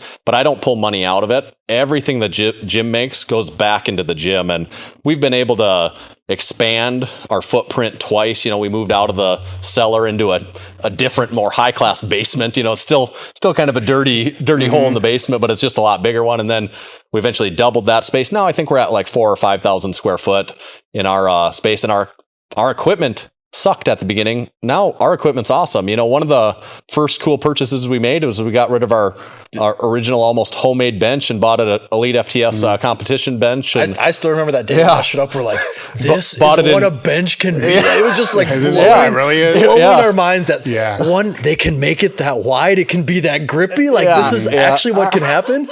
Yeah. Because they didn't exist anywhere else. You couldn't find that stuff. No. And now we have, a couple of those. We've got Go Strong combo racks. We've got big Rogue 6-post racks. We've got every specialty bar that's every specialty bar you make, every specialty bar that everyone else makes. It's just and we talked about the equipment earlier a little bit. The equipment is such a rabbit hole, but it's also like an addicting rabbit hole to me. That's what the gym is in part to me now. It just feeds my equipment like addiction, whereas it's just like that's part of lifting to me anymore. Like I don't have to have this new shit, but the new shit just makes me want to go use it. It always makes me want to come back for more than when we always got different, new, cool, exciting stuff coming in. So I'm an equipment junkie at heart now, and I didn't used to be. Yeah, I didn't. Tanner's even getting again to his hipster tendencies. He's now going down the vintage equipment rabbit hole. Yeah. That's a rabbit hole there. Yeah, he's working on a York dumbbell set right now. Yeah, the York roundheads. I've been into those pretty hard, and then that's a weird one for me because like. Why do you want this old shitty stuff? Well, it's not just that. It's like because there's a cost. You got to be able to get it. And then like my dumbbells do what the dumbbells do, and could I? It's kind of like you're old enough to remember CDs, right? Yeah, like I could buy more. I could buy this really cool storage rack. Or I could just buy 4 more CDs. Right. It's a conundrum. Yeah. You don't know what the fuck to do. Yeah, it is. It is. And I am a believer, though, even with that vintage stuff, even if it's expensive like that, we use our equipment. Like nothing's a showpiece. I'm not buying anything to not be used. If we're buying equipment, I want it to get lifted in the gym. Like that is the point of our gym equipment, is get fucking used at the end of the day. How many members do you have now? We've got, it hovers, we also, our gym, you can't find it. You pull up to it, you wouldn't know you were there. There's no signage out front. That's by design. We do not advertise. I don't really want more members, but new members are not discouraged. It's a self-filtering process. Because you can't find it, you almost have to either know somebody that goes there, or you have to really want to get in there. The door's locked outside. You can't find it. You have to show up and there's been people, they show up on multiple days, like 5 days in a row, until they actually find someone walking in, and then they have to let them in and get showed. So like you have to really want to be there in order to get in there. To answer the question, we're at like 60 right now, and that's a good number for me. It could get half that. I'd be okay with it. It could get a little bit bigger. I don't want it too much more than that. And we've talked. Yeah, there's been, as far as the gym goes, there's been zero marketing that's ever taken outside of, I guess, making memes that maybe point towards the gym in one way or another, but there's been zero effort to actually market the gym. And I mean, if we made an effort, we could probably double that number. Oh yeah, I think so. What does that gain you? Well, I don't really want it. I don't really want more gym members, honestly. Like I just want, and I don't care. It doesn't have to be top level power lifters done that. You don't have to be competing in strongman. That's what I tell everyone. I just want everyone to come in there with like just training with a purpose. Or just have a good attitude. Right. Like, you go to a gym and you get the guys that just have a bad attitude every day, and they start that black hole, and everyone around them is in a bad attitude, and they're just complaining about everything. Like that's the worst thing. You want to go to the gym to have a good time. Like get away from leave that stuff behind. So anyone that can show up with a good attitude, know how to have fun, and also lift. Well, it can become its own business, and it already is its own business, but it can become its own business with all the negatives associated with business. And then you're like, why? Right. And I understand why people have them and how they scale, but they're not going to be able to do multiple other things outside of that. And then what is the total upside with that? I don't want to discourage people from having gyms, but they need to know what they're getting into. Oh no, I love the gym's kind of like my baby. I love the gym and everything about it, but I do try to manage it in a way that is as little stress for me as humanly possible. Like I do not want that to be a stress center for me in any way, and I manage it accordingly because it's like that's supposed to be enjoyable for me. That's supposed to be a good experience with the gym. Yeah, right. All right. Well, the next thing I want to tap on, because I don't want to go deep into any of these. We're just going to surface level it, then we'll come back and go a little bit deeper. When did the podcast start? Because now you're getting close to 400 episodes. Yeah. Was that 20? March of 2015, I think. Yeah, March 2015. And how did that happen? Yeah, so originally there was two other guys when Massenomics originally started, and so there's four of us owners. We're each equal owners at the time. Four equal owners at the time. Well, Tanner started it, and then this other guy came in and he said, "Hey, I want to start a podcast." He'd known about us just recently, knew this gym was opening. He said, "I love podcasts. I know I got all the equipment. I know what it takes to do it. Let's start a podcast." And at the time, like, podcasts are relatively new. I mean, for a lot of people, I'd been listening Mark Bell's Powercast. We used to always listen to that. We thought that was the best, Well, if you go back far enough, it was like radio. It was like fake radio. Yeah, I mean, that's what it was. It's like, but you could hear about these niche topics that you wouldn't really encounter outside of YouTube. And so this guy really wanted to start the podcast, and we thought, okay, well, we'll do 20 episodes if we're lucky, and let's see how that goes. And in the beginning, we knew we're not world-class athletes. We don't need to give you our unique training perspective. I mean, you've got that covered for years. People like Dave out there. We're lifetime intermediates, is where we fit in. That's the running joke. We understand our spot. We know where we're at. We don't need to give you the cutting edge tips and techniques out there. So we're like, okay, we'll just give our perspective on things. And so in the beginning, it was finding our voice. Like, what do we talk about? And it was just kind of what was going on with our training at the time, working through. Well, it's a podcast about nothing. It's right. So it's gone through stages though. In the beginning, it tried to be a podcast about something. We didn't try to really focus on our training, and it has gone through stages. And that was the first 100 episodes we had. There was 3 of us, and then shortly after 100, one of the guys he'd left to go do something else, and then it was the 2 of us, and then it was sort of that starting over thing again, and slowly it turned into the podcast about nothing. It's like episode, I think about 125 is where it transitioned to just the 2 of us. And now, was that because the other person just is out of the picture? He moved to a different country, actually. So he went to go do a training opportunity with somebody else in Netherlands and stuff like that. And so it was even our 4th partner was never on the podcast, but he did everything.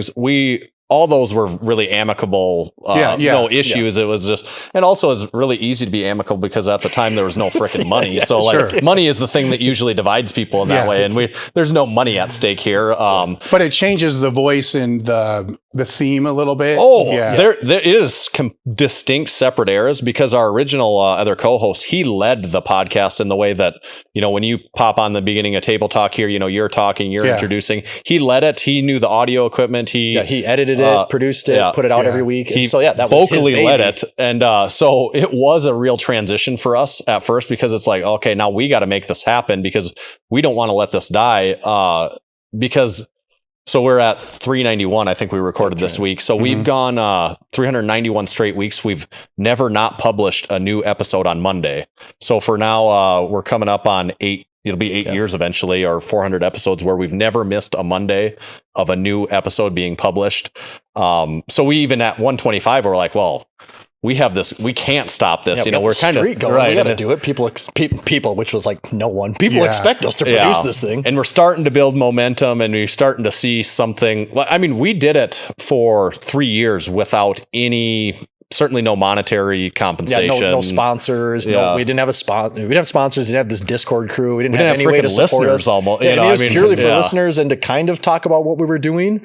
And so that's another thing we like to tell people. Like, so many people are like, "Oh, I'm going to start a YouTube channel or a podcast or whatever because I want to start making money like this month." And it's like, dude, we worked for 3 years for free before we saw like peanuts, and not that we're rolling in it now, but it takes a long time to build these things unless you happen to be that 1 in a million guy that gets lucky and catches the algorithm. That's rare. It is. It's very few and far between. And the ones that you think are that are probably lying. Yeah. You know, so it's more rare than rare. Yep. Yeah. We did start at the right time though. You know, the only thing better would be if we would have started 2 years earlier, honestly. But starting when we did, if we were to try to start what we did then now, it would be such an uphill battle to try and gain traction. You know, we just had in our favor at the time, there were so many fewer options, you know, so many fewer out there, especially in the strength training space. We could gain some momentum eventually. I don't know. It'd be a lot hard. Not that you couldn't do it. You could still do it, especially if you have a compelling anything to go along with it, whether it's your, I mean, you have to have something right. compelling. You have to have something. Yeah. But it's the same thing. Like if you said you're starting an Instagram account today versus 2014, that game's changed so much there. Well, if you go back far enough, because I was doing interviews right before the podcast, and maybe there was like radio shitter. But the issue with that is if I recorded an interview, you know, the little microphone stuck on the phone, not a cell phone, a regular phone, all that audio was the bandwidth went on our server space. And that was killing us, because when it starts playing, even if you stop listening, it's still playing. So then our bandwidth, and it's like, fuck, I can't afford to do this. Right. This is killing us. And, you know, so if you went back too far, you can't afford to do it, right? And now when the other services come up, it's now the hosting is way less. Yeah, it is. You know, it's way more affordable with that. And as that becomes more and more affordable now, so it's so easy now for people to just start. And if they want to, I think they should, but they need to understand. It is. It's easier now than ever. I mean, you can get microphones just about anywhere that plug into your computer. You can get soundboards soundboards. You can get free software to edit this stuff. Phone. Yes, you can use your phone. Your phone sounds better than a lot of microphones from not that long ago. And you can put it out there so easy and see if it resonates with people, or even see if you like doing it. You might do a few episodes and say, no, I'm over this. This is not my thing. But you might do a few and say, I have a lot of fun doing this. And people seem to also like what I'm saying, and then it's a cheap thing to get into and try. You don't need to have this huge elaborate business plan and all these crazy marketing techniques. Just get out there and put some out there and see what resonates with people. Now with the apparel and the gym and then the podcast, well, I guess the next thing to touch on would be the content, which memes and stuff. That was before community, right? So the community came later. So it was the memes and all that. Were all these intentionally stitched together to be able to help all of it, to help Massenomics? Or was it like, fuck it, we're just going to do some memes? I don't think there was that much of a good master plan behind it where we're really piecing the puzzles together. I think it was more like the more we started doing, the more we thought, what else can we do? You know, if we're really if we're not just fucking around here, we actually want to do something of any meaningful level or have some success here. What else can we do? And, you know, we start posting on Instagram, and then it's just a trial and error game, and we find out what we're having traction with, and we say, oh, we post some memes about it. Then we post a picture of our t-shirt. We get some people to actually look at the t-shirt. We just post 10 pictures of our t-shirt. Nobody gives a shit. Yeah. You know, everyone's like get the hell out of my feed with that. You know, but advertisement. Yeah, we keep them interested. You know, they maybe find some humor in what we're doing, and then they come back and they see the shirt and they're like, yeah, that shirt's kind of funny too. Maybe these guys are all right. I'll buy one. But that was part of it, just trial and error, finding out what works. And also the memes and stuff just really fit in with our overall voice. You know, if you listen to the podcast, you think, these guys are kind of goofy. Were the memes before the podcast? Podcast was actually probably predates the memes a little bit. Even. Yeah. I'd say the podcast was first, and the memes evolved, and it's just it was just one of those things though, where you make a post and you just see how the audience responds to it, and you make a few memes, and all of a sudden like, oh damn, we're getting some traction on this. People seem to like this. So who started the memes? I mean, how did that start? Tanner right here. If you're talking, Tanner makes 99.9999% of memes. I love a good lifting meme. First of all, it's just funny. You know, what I got a lot of satisfaction in towards the beginning of that too is, say I make a Dave Tate meme, and you end up seeing it, and you say haha on the post or whatever. I'm like, you know, that was worth it. That, you know, that was the early days. It'd be like funny memes about a certain person. Tanner screenshots it. Look who liked it. We're like, all right, we're getting some traction. And there's just some kind of instant satisfaction and gratification. You can get way too caught up in the numbers of that stuff, because at the end of the day, sometimes you're like, well, okay, here's a number, it got bigger, but did that do anything for us or not? And usually no, but Yes. as an aggregate, it moves something. Yeah. Yes. Maybe cumulative. Right. Yeah. So we have to bring ourselves back to reality on sometimes and remember what metrics actually matter and what ones are just for our own vanity of making ourselves feel a little bit better. And sometimes like the follower subscriber thing, that is definitely not. And we don't get too caught up in those numbers. We know they're vanity metrics. We know they don't matter. But at the same time, it's just another number to chase, and that keeps you motivated to a certain extent too, to see things growing. But the memes, I just like it. I think it's fun. I just it's a way to offer commentary. It's a lot though. You post what, twice a day or something? Twice a day, every day for like 8 years. We don't miss how do you come up before the community, like how do you come up with the ideas for this shit? I mean, a lot of times powerlifting is great at taking itself too seriously, so you don't have to work hard. We just try to bring it back. What are people fired up about today? Okay, well, this is an easy one to twist on its head. Well, especially a key thing I like to do throughout all the process is I like it too if is this also making fun of myself a little bit?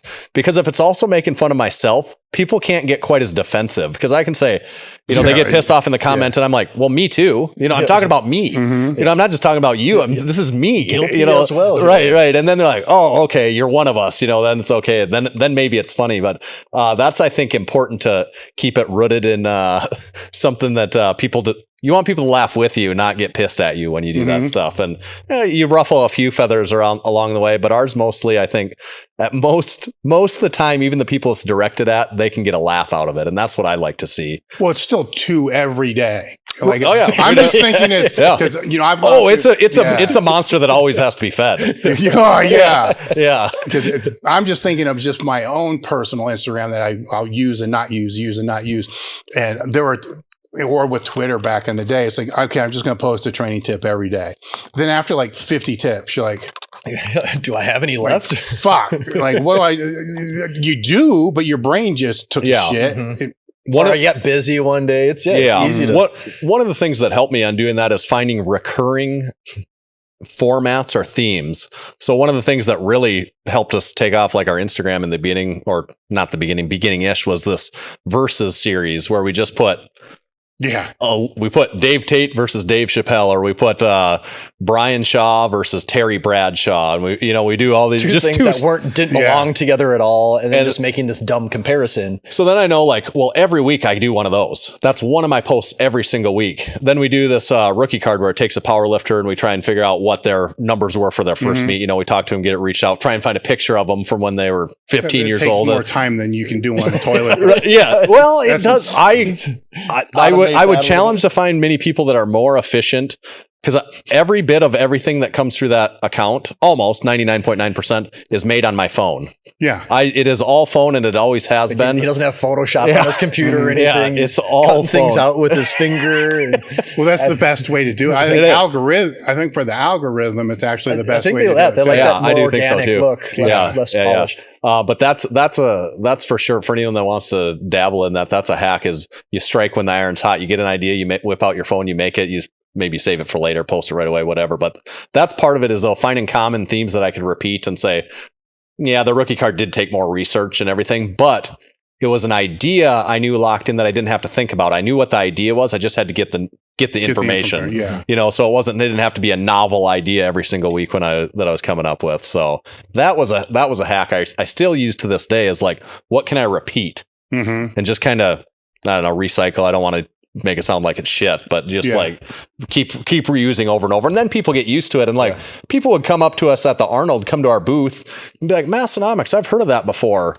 And be like, are you the guys that, put those two stupid things against each other about lifters? And be like that used to happen all the time. Yep. They'd come up and say they knew us from that and be like, yep, that's us. And then, so the recurring theme had some value, I think. All right. So with the creativity of that, we'll go back into the t-shirts. Where did the creativity of the t-shirts come from? Because the first one obviously is just the Massenomics thing. Right. But then you got a brand identity that you didn't even know you were creating, I'm sure. Yeah, but now there's a brand identity. Yeah, that's much more Tommy, where he would come into the actual design. I can make shitty internet memes. I can't design a polished product here. Printers don't take a screenshot from Instagram. The brand design was, we had no idea what the brand was in the beginning, and then we quickly figured out, it's just having fun, being goofy, whatever like that. And I was in my mid-20s at the time, drinking a lot of beer, partying with friends on the weekend, and like, okay, maybe there's something to this beer thing. Like, could we do beer and lifting? Is there some way we can mix that? And so we started doing this line of parody shirts, just parodying different beer brands, and that resonated with a lot of people. That's what really started to make apparel go, was people like, this is hilarious, this is so funny, and the shirts, the designs are so iconic, but it's this parody, so people recognize it. Or a lot of times they might recognize it and do this double take thing, and then you see it click with them, and like, it's like they're in on the joke, and people were buying them for themselves as gifts. Like, people just loved it, and that's what really got that side of things going. So your background is, because it is the web design, but is it also in graphics and branding? I went to a school for graphic design, actually. Okay, all right. So because there's a distinct brand identity. Yeah. So I got started in graphic design. Okay, all right. And so that's where we started going with things. Okay, that I think that's important for people to know, because brand identity, because it doesn't matter what you're going to put on the shirt, your identity is still in that shirt. And I can't explain, you might be able to explain it, but I can't explain it, because it is part of that identity. Like, other t-shirt companies, or those that want to do that, need to think about that, right? Because you got to have something like different, unique, fun. Like, you got to have your own voice when it comes to t-shirts, because like we were saying, they are a dime a dozen nowadays. There's so many t-shirts out there, and a lot of them are just exact copies of stuff they're finding on Etsy, Amazon, whatever that might be. So you do got to have something unique that stands out, and it is a challenge. Like, it's probably getting tougher every year to have that thing that's unique and people want to buy. Well, there's the other side of that is, if you get something that really hits, somebody's going to steal it. Yeah. So you got to hope it hits, and you can milk it before. And we've had several instances of that. And I mean, we are in a space where a lot of times we are playing the parody game, so we can't claim 100% originality, but we are putting our unique, fun voice on this message. So we're adding something to it. And we've had several times over the years where people took our actual design and just like photoshopped out our logo and put theirs on. It's like, okay, you didn't add anything to this conversation here. You just took our work. And we've been lucky enough that we have the crew, the unpaid interns, that they handle it. They do. They do not like to see people ripping us off. And I mean, we're not telling them to go after them, but they know it. There's been, very large companies in the space that have done something that, that we didn't like, and we weren't gonna probably harp on it too much, but we don't have to handle it. Our people have handled it. Our crew has handled it for us, and then we have to say, okay, everyone, stop. That's enough. Yes, it goes to the court of public opinion. And these companies can decide, do I like how that looks? And usually it's like, no, I don't like how that looks. I'll back off here. Yeah, it's most of the time it's because I've had several that would go out, and it's just filling out a takedown request, but then 9 other apparel. At a certain point, you're just like, fuck it. You don't deal with it anymore. Right. But sometimes there's been some of those that just boom, they pop, and you're like, you son of a bitch. But what are you going to do? You just got to create the next one and just kind of keep going. You just got to keep. I mean, that's really all you can do with all this. You just keep making more stuff. Yeah. Let's take a bathroom break real quick, and we'll come back and get a little deeper in some of these things. This is Dave Tate from Elite FTS. Last year, we partnered with Ken Kanakin to co-host the Swiss Symposium. It's built on hypertrophy and sport medicine for strength athletes and practitioners to come together in one place, which will be the Columbus Hilton at Easton. You are going to learn how to level up your training based upon the success and failures of others. You have to stay on top of your game if you want to be able to make the success and move forward at the pace that you want. Just to name a few of the presenters that will be presenting, we're going to have Matt Winning, Brian Carroll, Eric Serrano, Jim Wendler.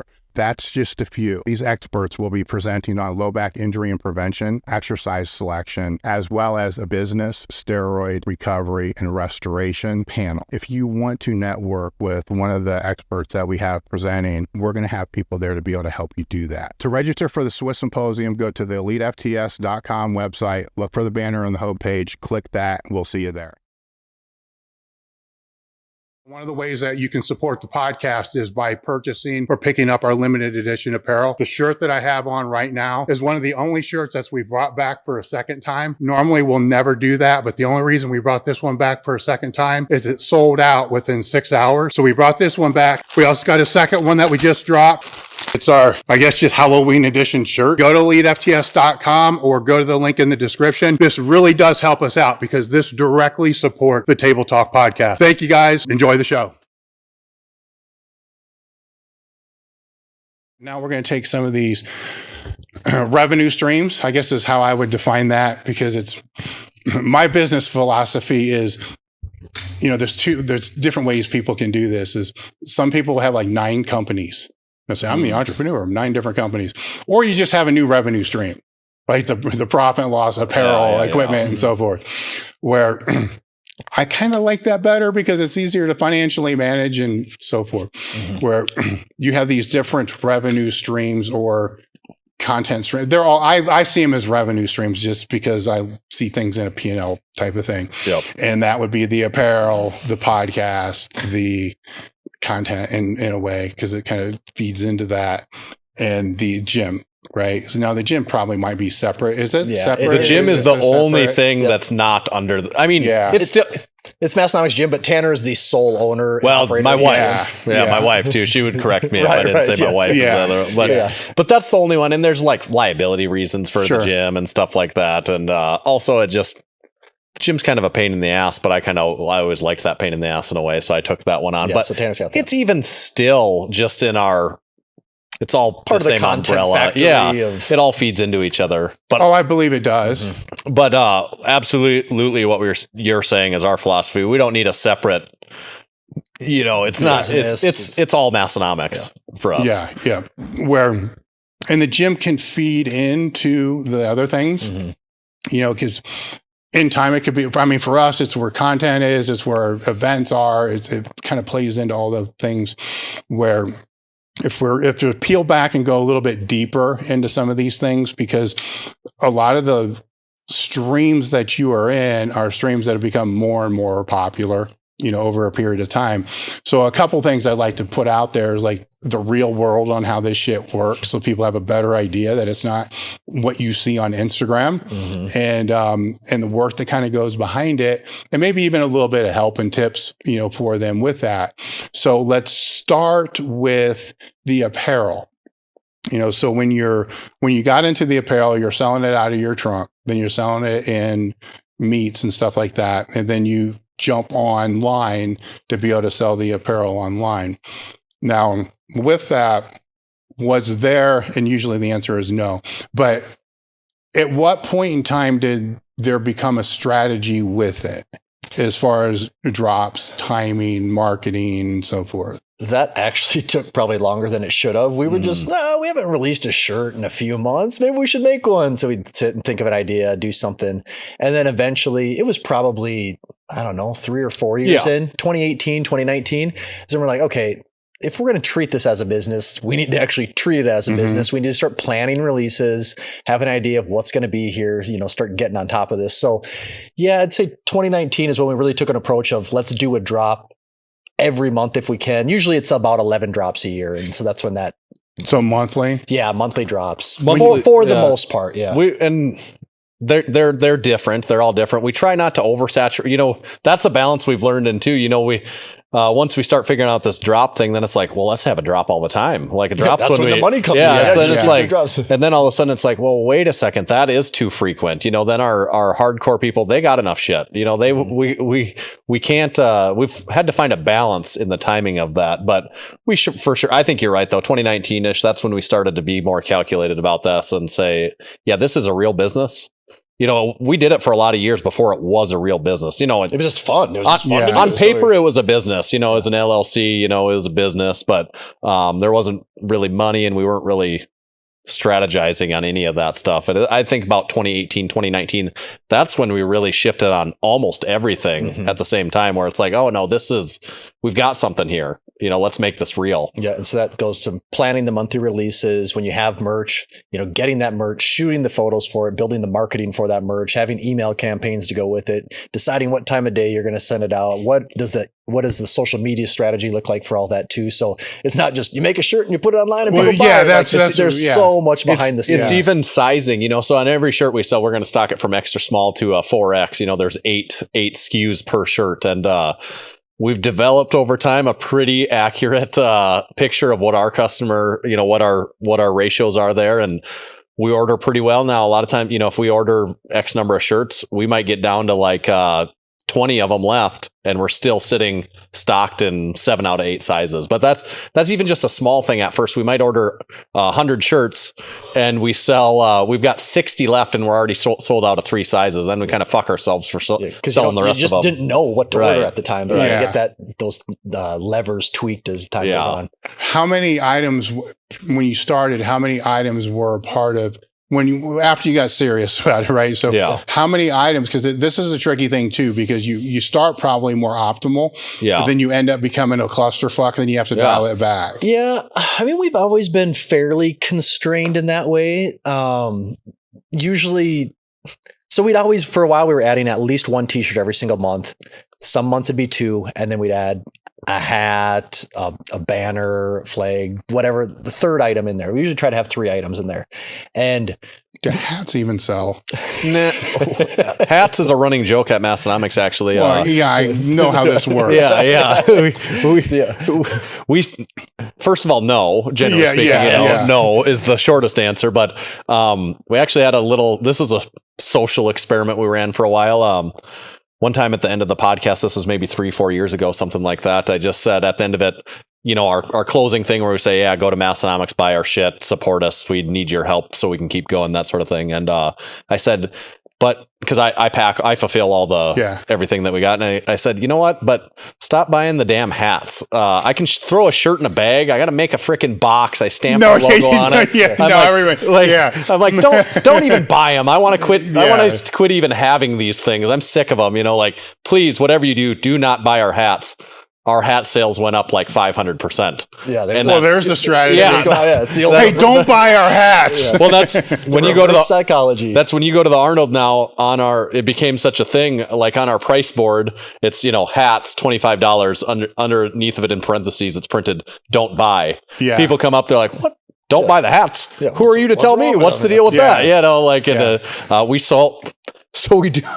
That we ended up selling more hats than we've ever sold before because of that. The hats. That's why I asked, is because that's still one where people, man, you need a really killer hat. Like, like, I got one that's exactly like what you guys were asking, and we sold like 3. Yeah, but it's like just slightly off the shade that person wants. Or it's like that's just do a darker gray next. Whether it's hats or shirts or whatever, that's kind of the running joke, and we try not to bitch too much, because at the end of the day, these are still our customers, and we are trying to make what they want.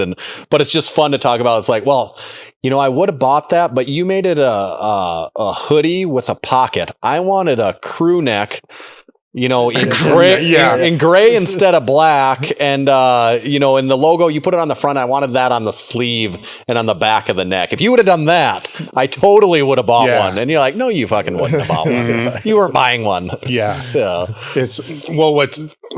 I don't even do the extra smalls or the 4X. I think we even stopped the 3X, because as you're ordering like 1, and then people will bid because you'll order like 1XL. I kind of get that, but you need bigger sizes, right? So then you order like 4X, and nobody buy. I'm like, wait a minute. Yeah. And a lot of people don't realize how expensive those blanks are for 4X. Oh, yeah. I know. You're buying a bed sheet. And we don't charge additionally. Some companies charge more for bigger sizes. We're like, we'll just do it all across the board. It's like, you don't really make much money on those bigger sizes. Well, I think the other thing that people don't understand with that too is your logo size isn't going to be able to expand or get smaller. Yeah. Yep. You get one print, and that's got to look good extra small through 4X. So you make that in children's size?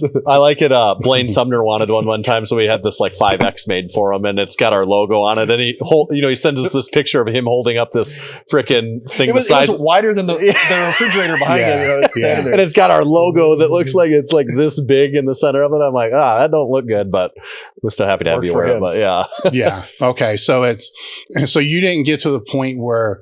Because the goal is to sell out of all the stuff that you bring in and to keep the numbers small enough. And not just sell out. Like our goal is, yes, to sell out. And if it's a good item and we're not billing it as a limited edition, we want to reorder that and let that be a perennial bestseller. Like that's the goal. Let's see how many bestsellers we can stock the store with. Every 100 shows. Yes. They're hard to come by. But when you do have those are the bread and butter. That's what keeps things moving is that design that you can go back to and rely on to get those sales. Okay, so with that thought going into that, with the marketing aspect, how do you play that out? So you have, obviously you need the apparel before you can start doing the marketing. Mm-hmm. And with the apparel images, what I found is that if you stick it on somebody, it doesn't sell as well than if it's just a blank that's with a blank background. That's another trial and error one that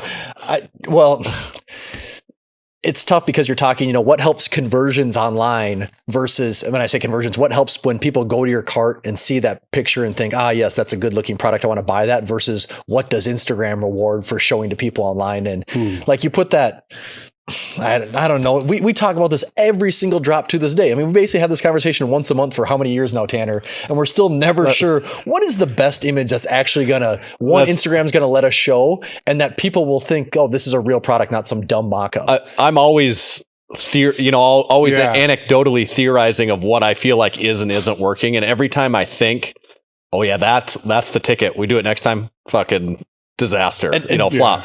Tanner has to pull up here. This is one of the best experiments we've ever ran. This is I don't know if you've seen this shirt. You'll appreciate it. I think you might have to. I don't know if you can read the small print, but it's our powerlifting record holder tee with the asterisk, and then the asterisk is by state, by age, by weight class, by it starts getting down, and it's by. It's got 10 qualifiers on it. By zodiac sign, by phase of the moon, by occupation, and everything.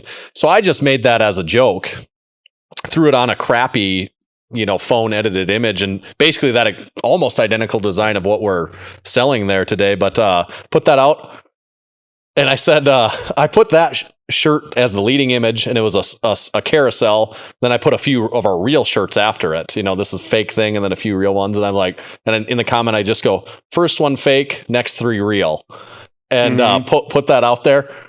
It blew up.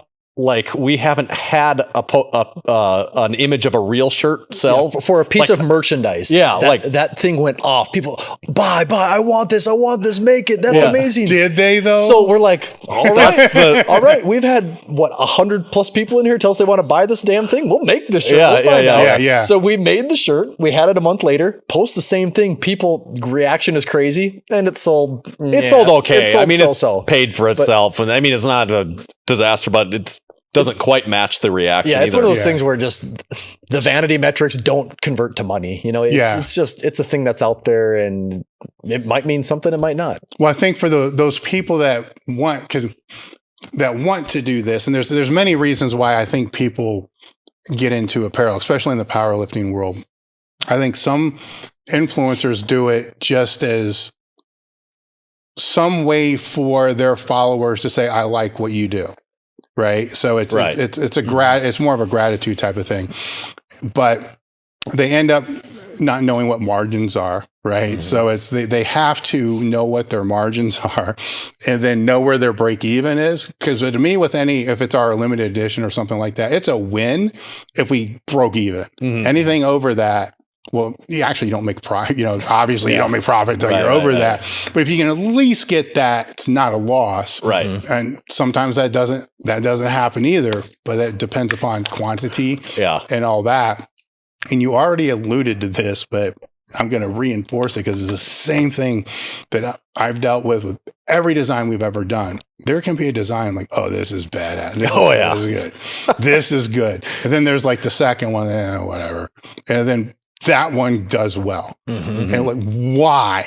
And Yep. You just don't. I mean, to date, have we done 100 some t-shirt designs? Yeah. And I don't know. Do we guess right on what was popular? Maybe half the time. I don't even know. It might. We're probably bad under 50% on guess. You know, because we probably in the beginning batted like 10%, and now it's 30 to 40. But you never know. It always changes. Yeah.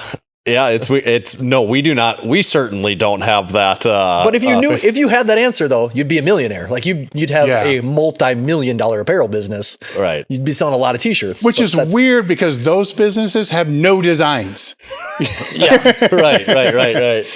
Talking about the apparel stuff, and it has certainly gotten more challenging for us. Like, to be completely frank, in like 2023. It's been the most challenging it's ever been for us, since we've turned it into a real business, specifically the apparel. It is the most challenging. And that's not to say things are going bad. No, what used to be like kind of easy, you just do a drop and people are going to buy it.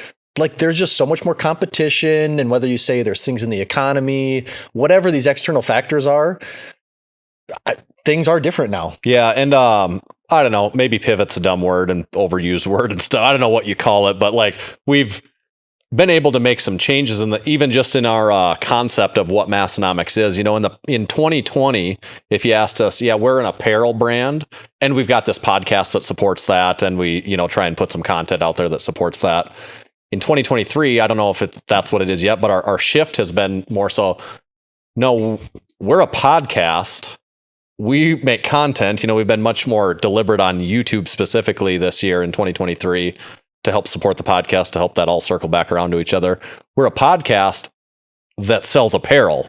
Yeah. So if you like our podcast, you like our content, you might support us through our apparel, like you were talking about before. Whereas before, our thought was we're an apparel company. Let's also do this podcast. Maybe that gets a few more eyes in the door. But I think that we're starting to have a shift, partly because it's what like the market is telling us. We are, like whether that's what we want to be or not, that's what we're kind of finding out. And we're having more success with the podcast, and we're having more people, come through our paywall and that want to support us. And the dollars and cents start to tell us that more and more all the time too. It's a tough shift because it's basically the world that I'm in, because we are and have always been a content company first that was supported by the products that we sell.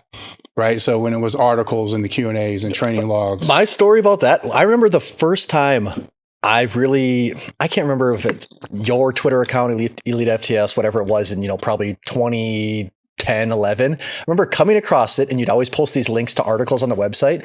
And I just could not get my brain it did not make sense to me that why does this company that's selling equipment have all these articles? Like these have to be scam articles, or like there's no way an equipment company puts this much work into making content, because that was so unusual at the time. That didn't exist. And I just couldn't believe that it was real. It didn't seem to make sense. Well, to be completely transparent, the marketing strategy from the jump wasn't as defined as what it should have been, because the way I could explain it that most people would understand is kind of like InfoWars, right? Where all the supplements and shit that whack motherfucker crazy.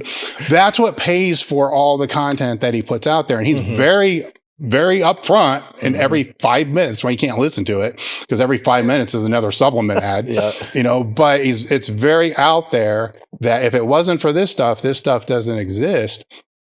And I didn't lean into that soon enough for people to really understand that.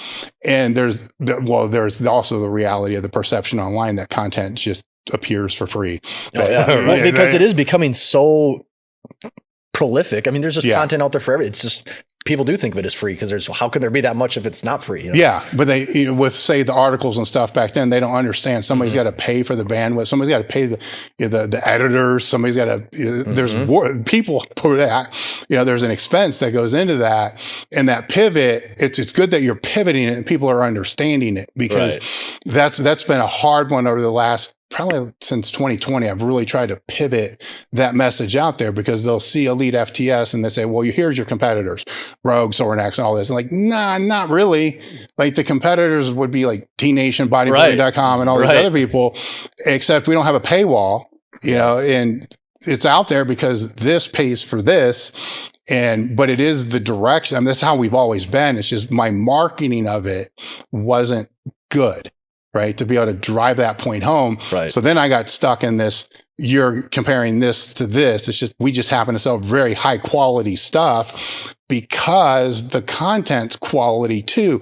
I don't want good quality content and then selling cheap shit, because then that's going to make the content look like it's cheap, which is already the perception because it's free, which I don't want to say free anymore. I want to say complimentary. Right? Because of that aspect of that. But that's the right thing, because the main driver, the podcast or whatever the content is, that will change over time. I mean, for me, it was articles, and then actually just articles from the jump, and then training logs, coaching logs, and times change. Facebook, came up, Instagram comes up. So training logs become not popular because you can see that on Instagram. There's the coaching logs aren't popular because you can just go to the coach's Facebook page. Not complaining about all that, because they're still getting the Q&A became not essential because you could just go ask people the questions wherever they wanted to. Right. So figuring out that pivot, like how do you now pivot that into these other areas?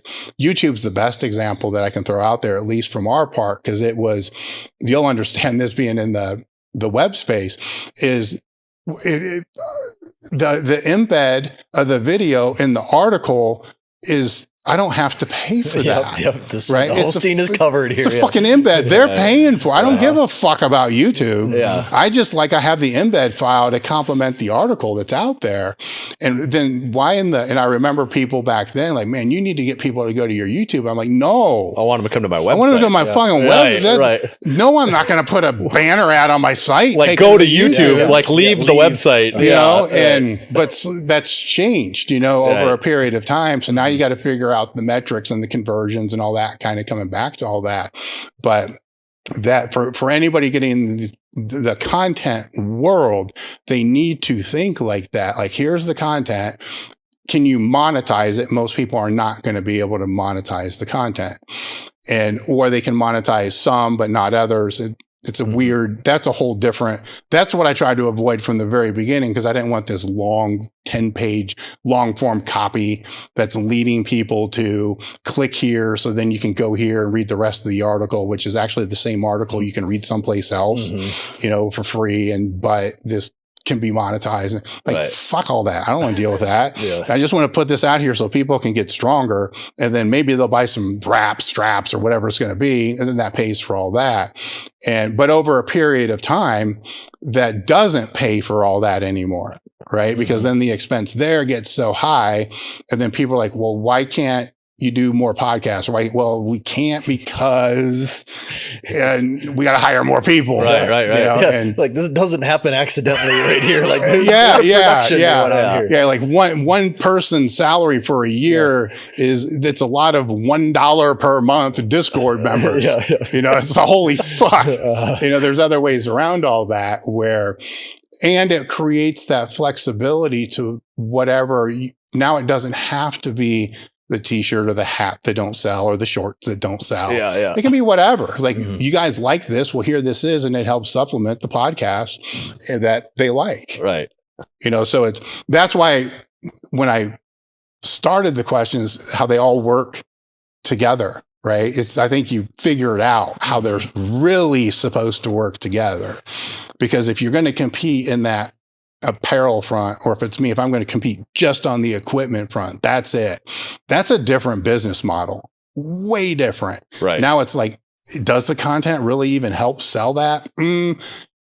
Some. And it's really hard to say, like, to what level, what does it? In theory it does, but it's hard to pinpoint how much is that helping.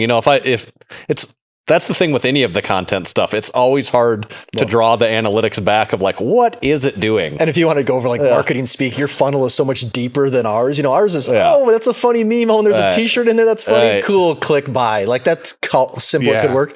Who's going to see, oh, that was a helpful article. Oh, they make a mono too? Okay, I'll buy that. That's not how that conversion works. No, it's a longer, you got to build term with that. It's build a lot more trust. Funnel. And then they got to know, this is the other problem. They have to know there's stuff that we actually sell, right? To be able to support that.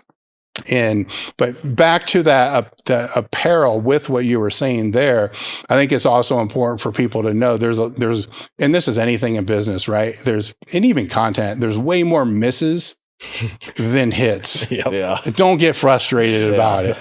Just deal. Well, get frustrated if they're all misses, right? Because then maybe your shit just. Well, then you got to look at yourself. Seriously though, like that's something you have to think about at sometimes. Like, is it like maybe it's not just that thing? Is there something we're doing wrong outside of just like, is it bigger?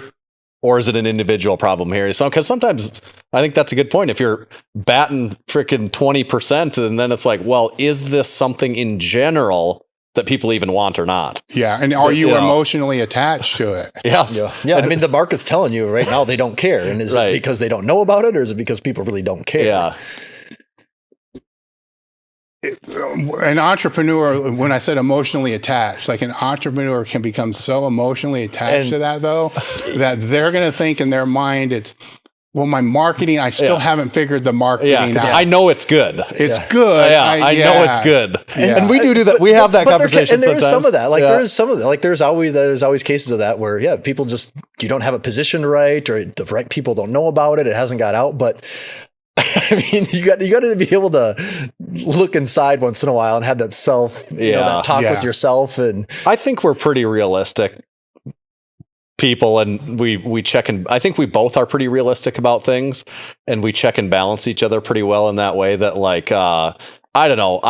I don't think either of us gets like wild ideas, or, just we're pretty even keel on all this stuff. Yeah. Well, have a good logo and put it on a black shirt. You're good. Go outside of black. You're saying the t-shirt. You can have any color t-shirt you want as long as it's black. As long as it's black, 100%. Like I would have bought that had it been red. No, you do all these black t-shirts. The first time a red one comes out, oh man, if it was in black, it's like the last 50 were in black. Yes, exactly. That's with white print, black with white print. So there's some general basics on there. And God, we can go down this rabbit hole forever. One of the other things with the apparel that you mentioned that is kind of an issue now is the quality control as well. Oh shit! As far as the sizing of certain things. We are dealing with that right now. Like we're trying to address it specifically right now because we are having issues. We use. I won't go into too many details, but we use the shirt that when we talk to our contemporaries, it's the same shirt everyone uses, essentially. And we'll come out with one release. The people in the Discord will say, that's the best fitting shirt you've ever had, which is the same shirt we've been using the last 5 years. Yeah. The next month, the exact same shirt will come out and be like, I don't know what you guys picked this month, but this shirt sucks. It's like, it's the exact same shirt that we had the month before this, and the month before that, and the month before that. And it's gotten to the point where they make me a meme of me saying, it's the same blank we always, what's that called when people write like lowercase letter, uppercase letter, lowercase letter? Yeah, they do that of me saying it's the same blank we always use because that's what they know me as. Like, it's the same blank we always use because it is the same blank we always use. But they're right in that there is a quality control and I don't know right now.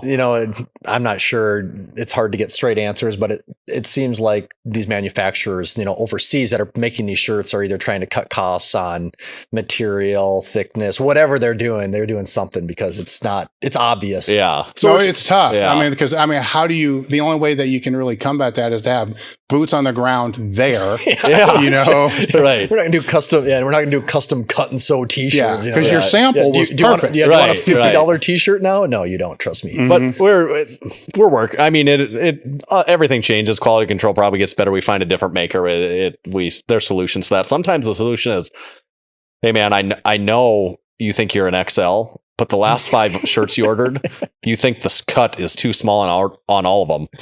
Order a 2X, see what you think. And they're like, well, but I'm an XL. Well, just try a 2X. And they get it and they're like, oh yeah, that actually, that's the case for that's anecdotal experience. I'm like, I said it as an example. I'm like, well, I wear 3Xs now, and then they just fit. All of a sudden I'm like, yeah, this fits actually what I thought the 2X used to be like. Now it just fits right. I like it again. Yeah. So sometimes it's as simple as that too. Well, they could have also got fatter. That should happen. Your lifting's been going good, right? Yeah, you're beefing up. Yeah, like my arms don't fit as tight as what they used to. Yeah. Well, maybe your arms are smaller. Yeah. Crazy shit like that. You mentioned earlier, and I made a note down here about the metrics with social. So social's a weird thing because there's a lot of different social networks. So we'll just stick with like Instagram. Right. Like with those, when you're looking at the metrics, because there's the metrics of the post, but then there's also the conversions of how it relates back.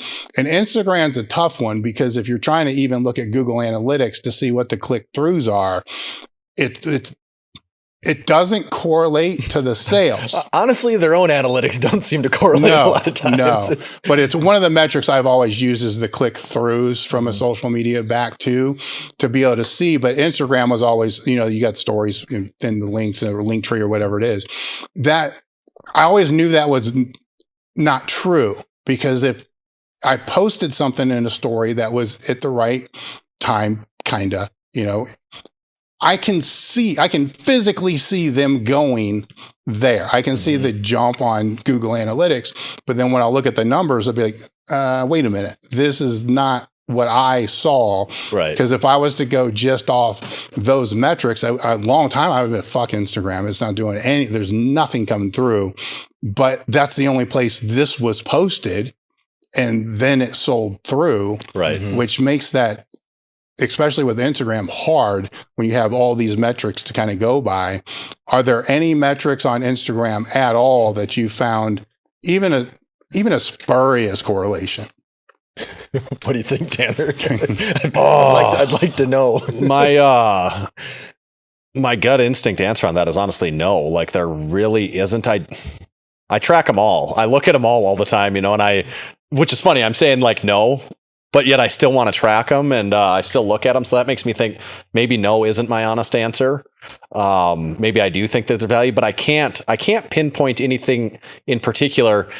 But I can say overall, once you track it long enough, you pay enough attention to it, you get a feel for maybe what it's doing. It's less of a specific analytic, a specific number that is working. You have a baseline, but you almost get a sense. In your head. Like it's more just like this overall feel. You're like, yeah, I can just tell something's working with that. I'm monitoring. I can see the correlation in time of posting this and what it did to sales, and you can tell, you feel it. Like you said, that's the only place it went out at. Yeah. So it, and in all the analytics go into a little bit, but overall, no, there's not like an individual analytic there that I can say is doing shit. And actually, like with Instagram specifically, a year ago or 8 months ago, we started to fall off a shelf where we couldn't gain a follower. We were doing everything. We couldn't get a post. We can get 500 people to look at one post. Well, I mean, you can just see it. We track that number every single month, and you can just see it just dropped off. It died. It's like our account didn't even exist. And then, like 4 or 5 months ago, we made no dramatic change in what we were doing. We started to feed into a little bit what we noticed was working, but it suddenly, like the followers again, it's like the heaven gates open again, and they're like, no, you can have followers again. We're going to send them your way, and it's all of a sudden we're in a little period right now where it's working great. So it's like, did we stop being funny for 6 months, or was there something behind the scenes going on? And right, I haven't seen followers convert to sales at all. No, and that being said, I don't think that is. But it's even just the idea of engagement. Like, okay, if we're making stuff, do people even? Are they talking about it? Are they liking it? Is it getting shared around at all? Like, is just awareness even happening? And for a while, just the engagement awareness was in the dirt. Right. Yeah. And now that's moving again. And you're right. We talk about this all the time. We have a reel got 1 million views. Sales were shit that day. Like that happens all the time. And those numbers don't convert, but it is just one of those things you keep your finger on the pulse and you want to see that it's doing something. Yeah. So I've always tried to figure out what that gut feeling is. And then is there anything that kind of correlates with that? Because they change algorithms all the time where reels were the shit for a long time, right? And they had the bonus with the reels, but as soon as they took away the bonus with the reels, then the reels didn't become a driver like they used. I don't even think they do shit anymore. Where now it may be slide post. It's you got to always play around with it to be able to see. Where a slide post is like 5 times the work for one post. So it's like it's a different thing with. So with Instagram, what other platforms are you putting time in that you're actually creating content in that platform's voice? Yeah, TikTok is not that where that's a throwaway for us at this point. You know, we're putting stuff on there, but it's Instagram posts. No, it's not. What the hell's the Instagram Twitter that came out here a little threads? No, we're not doing that. We got it and we looked at it, and you know, followers go up all the time. I think it's just like they're doing what they need to do through Instagram to get people to show followers on there. So we're not doing there. X, you know, used to be Twitter. That's a no for us. Don't do anything there. The one thing we've been really trying, I know it's kind of a separate animal though, is YouTube, where we post the podcast video every week. You know, we've done that for like 7-8 years now. But then just here in 2023, we're doing one separate dedicated video every single week in addition to the podcast, whether it's a vlog or us talking about something in the state of powerlifting or whatever it is. But that's the one we're focusing on the most, and we think it has the most potential for value for us back in return. And we can do a lot of stuff with that content. Then, like if you're starting with YouTube, then you can use that down the funnel. You know, if your start is YouTube, you can pull things there for Instagram. So it's kind of becomes a double whammy for us. We get to start with the YouTube, then we get to use it for the Instagram in bits and pieces. And a lot of times it's something we can talk about on the podcast again, depending on what the topic is. Yeah.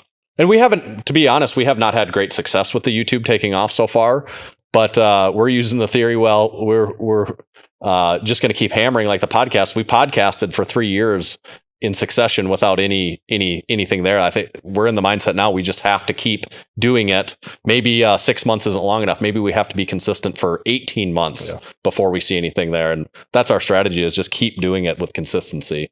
Yeah, YouTube's a weird one, because when I look back on that, when we were talking about the embed files and just not giving a shit about that, I didn't give a shit about it because it was a younger demographic. I'm like, well, it's not in the age demographic of who our customers are.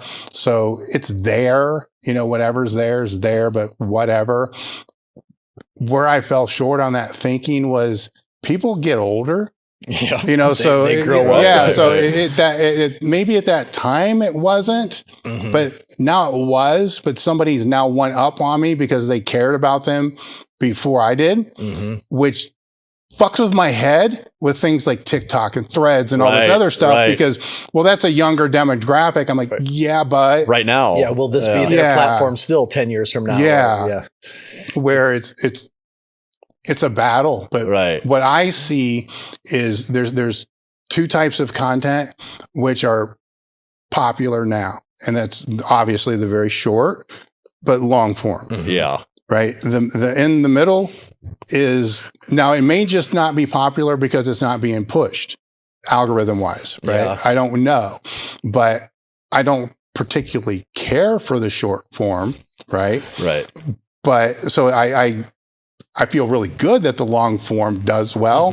Right. Because I don't buy everybody's attention spans too short now. Because if that was true, then the long form. Yeah, this wouldn't be thriving the way it is. Yes, or your podcast or any other podcast for that matter. And the long form gives you the time to actually build that trust, get to know people, and make that relationship. Like, you can't. People might know us from like a few memes, but it's like, okay, they make a few memes, like swipe through, all right, on to the next thing. It's listening to the podcast, finding out there's real people behind it. That's what actually gets people engaged in the brand. Yes. So staying on the podcast, because you said there was like years or whatever of building with all that, knowing what you know, tricky because knowing what you know now, assuming that you had the technology now that was available, what would you have done different from the podcast side? I guess I could say if somebody's going to start their podcast now, or they're right, and they have something worthy, you know, they're just not blowing shit, you know, they care. Actually, no, let's back that up. Maybe because this will be a deeper conversation, just that. They want a podcast. They think it's going to be a cool thing to do. So just from the technical part, what advice would you have? Oh, the to me, the technical part, that shouldn't even be the hurdle anymore. Whereas 10 years ago, that was a bit of a hurdle. Yeah. Now it's, you want to do it. All right, go to Best Buy, hop on Amazon, buy a $20 USB microphone, or 3 of them, however many you need for you and your buddies. You sit down, you record the thing into your computer. If you have a Mac, you can use GarageBand, you can download whatever it is online for free. you edit the damn thing, you put it online and then get it out there. Like the technical hurdle is not an excuse anymore. And even we talk about for video, like video, it's starting to be less of an excuse too. You know, it takes time, but the technical hurdle is something that I think is maybe a crutch for people to rely on. I mean, really, it's the message. Like people can have, there's all types of people that have, well, a great example. Sam Sulik, which is just a remarkable case. I mean, there should be like a Netflix documentary on this in 10 years. Like what is going on? I mean, we could talk about this for an hour straight. It has to be the thumbnails and titles, right? Yeah, right. Great example. We spend all this time worrying about the thumbnails and titles. Look at what this guy's doing. Yeah. It's like day 53 of the cut. And how much you 236.5 pounds. I'm still of the mentality that at the end of the day, it always comes down to content. Like content is king. Like if you have a good message, people will, no matter how bad the quality is, people can get past a lot of that. And then, you can refine things through expensive cameras and nicer microphones. But if you don't have anything compelling to say, people aren't going to listen in the first place. So I would add in there now, if they're going to do a podcast, they may as well throw it on YouTube as well. That's absolutely yes. There's no reason not to. Yeah, you absolutely. You don't even have to have video. Just put a random thumbnail, put a picture on, and just let the audio play. I use Libsyn. I mean, most of these will just push it straight there anyhow. Yeah. So however you need to do that, and put it on Spotify too. Most hosts will. You push the button, it goes on Spotify. You got to put your stuff where people can find it. I mean, that's kind of the step one of it, but. Yeah, outside of that, it really just comes down to you got to have something that people are interested in. Yeah, what I would say is this isn't technology related, but the number one thing in our case, we were not coming into this as we've talked about a little bit about our lifting history. You know, we're average powerlifters, like depending on your term of average, but we're nothing special powerlifters. We're not prior to what we sort of built up. We're not influencers in any way. I still think the number one factor for what we were able to use to get a little bit of the success we have is the consistency. And people talk about it and they harp on and they say it a lot, but like that's 100% our recipe is doing it every single week forever, basically, you know, like without stop. Yep. Podcast every single week forever. 2 Instagram posts every single day forever. This year, YouTube video basically every single week the whole year so far. Like I mean, we're good at grinding stuff out. We'll just keep working because we don't have we don't have the audience. We don't have a built-in. We're not influencers. We don't have that built. We can't post a picture on Instagram and have 10,000 people like it and tell them to all go buy this thing. And we don't have that. So we have to, and we don't have access, you know. We're here with you, which is amazing, but we're in Western Northeast South Dakota. We can't just drive down the road and do a collab with this guy and meet up with this guy. So we just had to be more creative in the way that we come at things. And that involves just doing a lot of work and being consistent.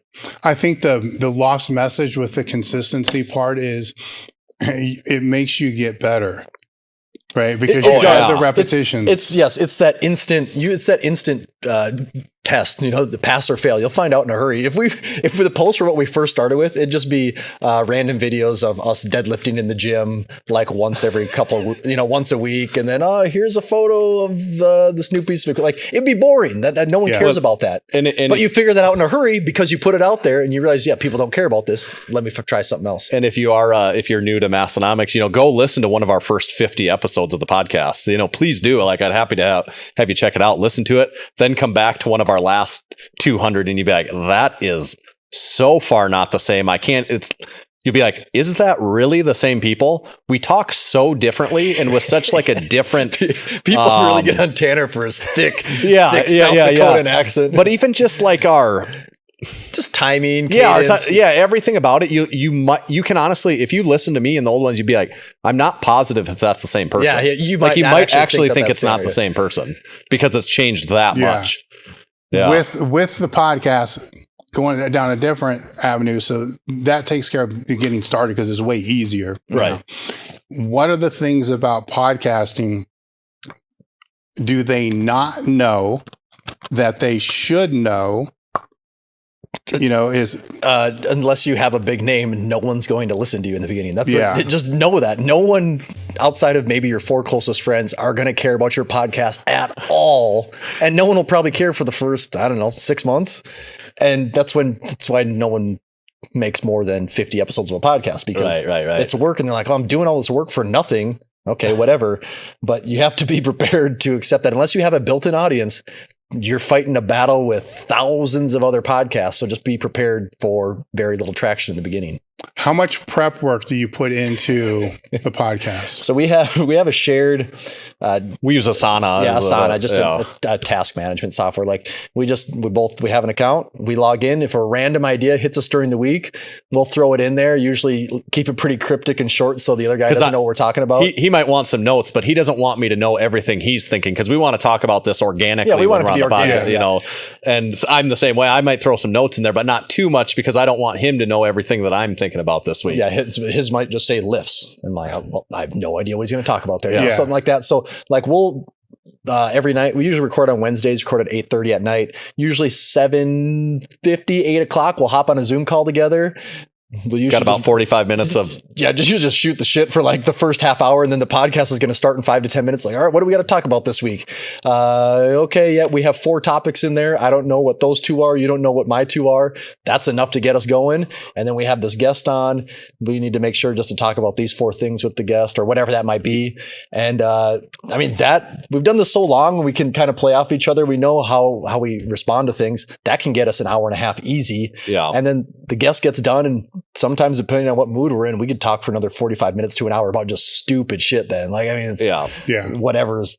There is, you know, we've had a couple hundred guests on at this point, powerlifters, strongmen, equipment manufacturers, personalities. We had you on the podcast before, and there is the most research is that, because I don't need to know everything we're going to say once we have a guest on, but guests are all so much different. You know, after interviewing a couple hundred people, I found out we've come across so many different types of personalities and so many different types of people, the way they are interviewed, the way you can interview different people.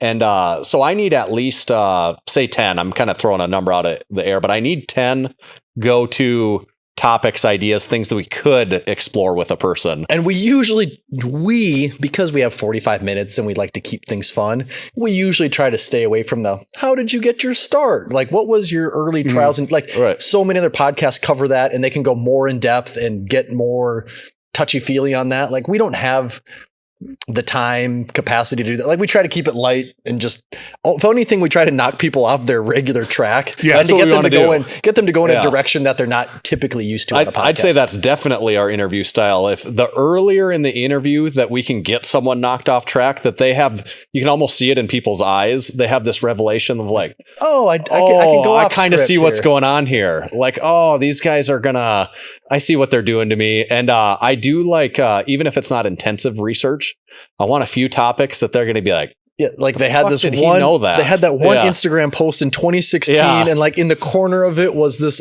screenshot of this album on their iTunes, and you like make a comment like, "How did you know about that?" Yeah. That's when you get the good reactions from people, because that's how they live their lives. The other 99% of the time, they're not in the gym. So if I'm to peel this back for those people that want to do a podcast, this is what I'm hearing, right? So for you to have because your podcast style is the first 15 minutes, 20 minutes, you're just talking about whatever is going on. Usually it's Massenomics housekeeping. What the hell's been going on with Massenomics? Yeah. Well, it's that. It's also what's been kind of going on with powerlifting or strongman. Right. So for you to even have that conversation, you have to be following what's going on in the industry, right? Absolutely. Yes, yeah. right. And I don't even consider that doing our homework. That's just, we're in, the bare minimum. If we don't give a shit what's going on with anything, what are we even doing talking about any of it? But it is it is research, right? So it is, and you'll see where I'm going here in a minute. So you have all that.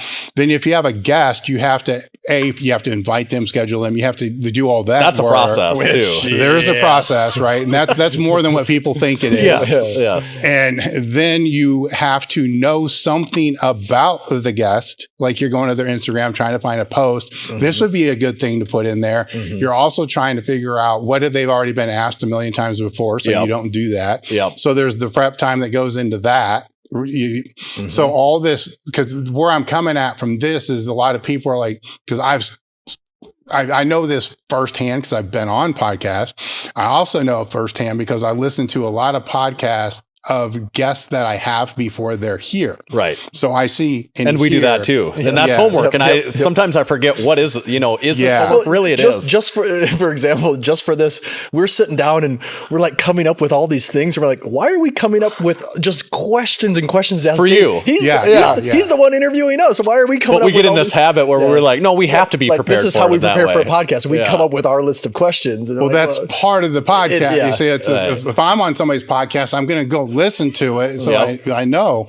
And if I was to estimate if somebody's really doing their work on that, it might be 2 to 3 hours of prep time for every hour of podcast time. I don't think a lot of people just start like, oh, fuck it, I'm going to wing it. Right. I'm going to get this guest and we're just going to go from there. And then the guest is like, man, you know who the I don't Olympic lift. Right. It's like, what the fuck, and well, I'm sure you do it because if you're going back to listen to other people's podcasts that they've been on, and you're like, oh my God, this is terrible. Or it's just like, I already heard this podcast. You did it with that guy and you did the same one with the guy before that. And the guy, like, this is nothing new. Well, it also helps to prepare you to know how the guest will answer. Some people are very short-winded. Yeah.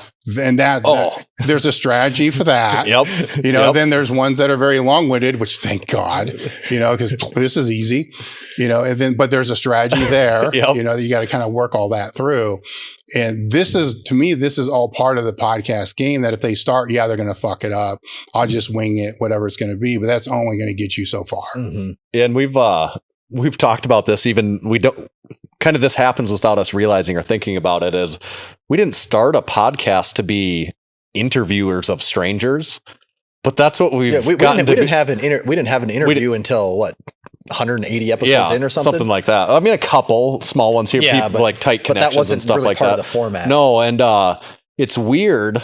Sometimes I think about it that's what we do now. Like every week we sit down, so it might be virtual over Zoom or whatever, but we sit down for like 2 hours. And about an hour of that is going to be talking to a stranger. Someone we've never even spoken to directly before. And you're just going to get right into it. And it's not weird when we do it, but it's weird when I think about that's what we do. It's odd. Well, if you told, you're like, oh, honey, I'm going to this place. I'm just going to go talk to this guy. I have a list of questions. We're going to talk for an hour. And then we just won't talk for probably a while again. Like that sounds like an odd concept when you say it out loud, but it's what we do. Yeah, it is just what we do now. It's weird though. And there's such different styles with people. I almost get a kick out of it's like when you're podcasting, when you're the interviewer, it is a weird balancing act. You're listening to them. You got to be knowing what they're saying. Just pause for a minute. Yeah. That's huge, by the way. Right. Well, hopefully you're listening. That would be my advice. You need to listen to them. But while you're listening to them, you're thinking about, we're doing it right now. You're spooling up the direction for, okay, all right. That's interesting. Do we go down that road? But I also planned out this road. What way are we going to go here? And then while you're doing all that, you're analyzing what this person's technique is like. So you're knowing, okay, this person is going to be very short. So when I dig into stuff, we might need to dig into the 10th level of this because I need more from this. And how do I get more out of this person? How do I get them to kind of go where I might want to go, what I think people are going to find interesting to get off the surface level? Or the alternative, you're figuring out, I got to adjust quick. This person's going to go for 30 minutes on everything. So we need to hit the highest points here. There are no quick answers. So if I ask a question, it better be an important one because they're going to run with that for a while. Yeah. Have there been resources or sources that you've gone to be able to enhance your interview skills? See, that's a question I actually wanted to talk to you about because I feel like you have changed as an interviewer over the years, and like the average person might not pay attention because they just are entertained and they want to be informed and educated. Tune in, check in, but I listen to here's my resources. I listen to Table Talk. I listen to Stronger by Science with Greg Nuckols. I listen to Brian Shaw do an interview. I listen to all this stuff and watch it on YouTube. And I kind of see what they're doing. I watch what you're doing, and how do we interpret that? Even people outside the space too. I watch what is Jimmy Fallon doing? What did David Letterman do? Because then I think about it more like, no, we are just an interviewer of people. Yeah. And they have like their own little bits, and we have our own little bits we rely on too. Like, all right, we need to change it up here. Let's throw this in quick, and that can maybe get things going too. And our format, I think that's more closely what we follow. If you're a guest on it, this is actually what we talked about from this onset of when we started to interview people. It's more like you're a guest on late night television. Jay Leno has a show. He has a show. He brings on a guest eventually. He talks to the guest. He has a show again. Yeah. And that's what we modeled it after. And he has a guest on. Some guests, he's going to interview the guest, but then he's going to play a fun game with the guest too. Get the guest like in a different zone than they might normally be. And that's really what I think that we do. And that's what I think we try and replicate a little bit. But really, I listen to you. And I have noticed you approach it differently than you used to. And what I wanted to know is what resources were you going to? Because I feel like you're doing deliberate things that you had to have specifically learned somewhere that I'm like, I notice he changed that. I notice you dig in differently than you used to, where I'm like, he's getting them to say something that he's kind of liking, but they're not quite going all the way yet. And you force them. It can almost seem uncomfortable. Like if you're the interviewer, it can seem uncomfortable because you're thinking, no, I'm really going to put this person on the spot. You know, they're kind of going there, but I want them to go further. So they might give you an answer and you say, well, no, tell me more. You're not like giving me the story. And I feel like there was a point in time where you started to do that more. So I wondered where if you took something where you changed that, because I feel like I noticed a change. Oh yeah. Because if I'm going to go way back, I mean the table talk was basically originally was just like a YouTube thing, me sitting at a table answering questions, and it was much easier to do that than tapping them all out. You know, I can just film it, tap it out, put it out, and then Josh was like, "Oh, let's put this on YouTube." Like, whatever, give me the question. Actually, before that, it was called From the Mill, because I was doing an ass load of cardio. Oh, right. Okay. So I just put my fucking phone or camera up there and I just answered questions for my Q&A and then put it that way. Then I quit doing cardio. I'm like, well, fuck, I guess I'm just going to sit at a table and just do the same thing. Yeah. And so that was kind of like the first iteration. And then there was another, well, actually before that, Mark Watts was doing the Sport Performance podcast. And that was just interviewing people over the phone. I didn't know shit about that. So that I don't even consider that the Table Talk podcast because it was something different. But I kind of saw what was going on with that. Then when I started with the Table Talk, whatever, I think Dan Green was the first one. Yeah. I remember. Remember that. It was that beginner mindset, like just fuck it. I'm going to sit down and just wing it and just talk to them and just see where this goes. And then that ended. Those were not good. Right. If I go back, those were not good. And a lot of those earlier ones were probably me trying to stroke my own ego, getting them to ask something that I wanted to talk about. Right. Yep. And so it really wasn't about the guest. It was more about stroking my own ego and me thinking that the people just want to hear from me. This is just somebody I just want to talk to. So there's no prep, nothing in there. And then there was a middle range where I had a co-host, and that kind of came about because in my brain, I thought, well, if I get older and the demographic's younger, they don't really give a fuck about me. I need to have somebody in between that's closer to their age. That thought was a mistake, right? Not that Sam was a mistake. That's not at all. You know, he did a great job with, that part of all that. That was me not really seeing what people wanted. And then when he left and it was going to just go back to me again, I'd have this conversation with myself. Like, do I really want to do this? Because I can't just wing the shit. If I'm going to really do this, then I have to do this. And what's that look like? Right. So that's where that biggest turn started. Yeah. I'm like, okay, I need to interview people, and then they're the most important part of this conversation. Right. Not me, but them. So how do this is where things got crazy. Cause like, how do you interview people? Yeah. So then you start searching that, and it's all about job interviews. Yeah. I'm like, well, this is the wrong not prompt. That kind of, yeah, right, right. This is not the right prompt. Yeah. And then, well, how do you interview people for a podcast? And it's all technical shit. Like, well, have this structure, do this. This isn't what I fucking want either. And then journalism, I started looking into journalism. Like, what does journalism look like? Like, okay, it's kind of like that, but it's longer form. So it's not, because journalism's concise, like get this. Yeah. And so it's been a process of that. Like, how do you ask questions in ways that you're going to get the answer that you want without just little things you learn over a period of time. And so looking at journalists and looking at people that are journalists. I don't like Oprah, watching like how Oprah would she did something right to get there. It was a total accident. Looking at those things and not just, I don't care about the conversation. How's it being directed and orchestrated? Right. And she's a master. I mean, because she was getting people crying for no fucking, like, how did that happen? Like, what did she do there? Because it's intentional. Right. Or Joe Rogan's another one. He's not just winging this shit. Like, this is intentional. Yeah. And so trying to figure that out, then I started to learn things just on how people would answer. If I would say, let's say why? Like, why did you do that? That puts people on a defensive. Like, does he think that this isn't right? Where if I would say, how did you come to that conclusion? Yeah. Then there's a better answer with that. So it's looking at how are you framing this question? So researching questions, and then testing it and seeing how that works. Listening, obviously. And as you talked about, it's like you're going down this journey, but here's a hole we can go down. Yep. And then going down that hole, JM was probably one of the first ones that I really, really became very self-aware of this. I'm like, okay, we're on this journey. We went down this hole. Yeah. I have to keep going down this hole, but we still need to fucking answer this question here. We talked about on our trip here this morning, we talked about him specifically. Mm-hmm. We analyzed things from the point of the interviewer, and we've talked about him, and he is an interesting case of how you interview, because he speaks in a way that's he's just like, it's more profound. Yeah, it's just like is more profound than other people, and you treat that differently than you treat a lot of people. Like, he is an interesting interview in that way. Like, he is different, and we highlighted him as specifically someone that's different. I just think it's a funny thought. I think a lot of people would listen.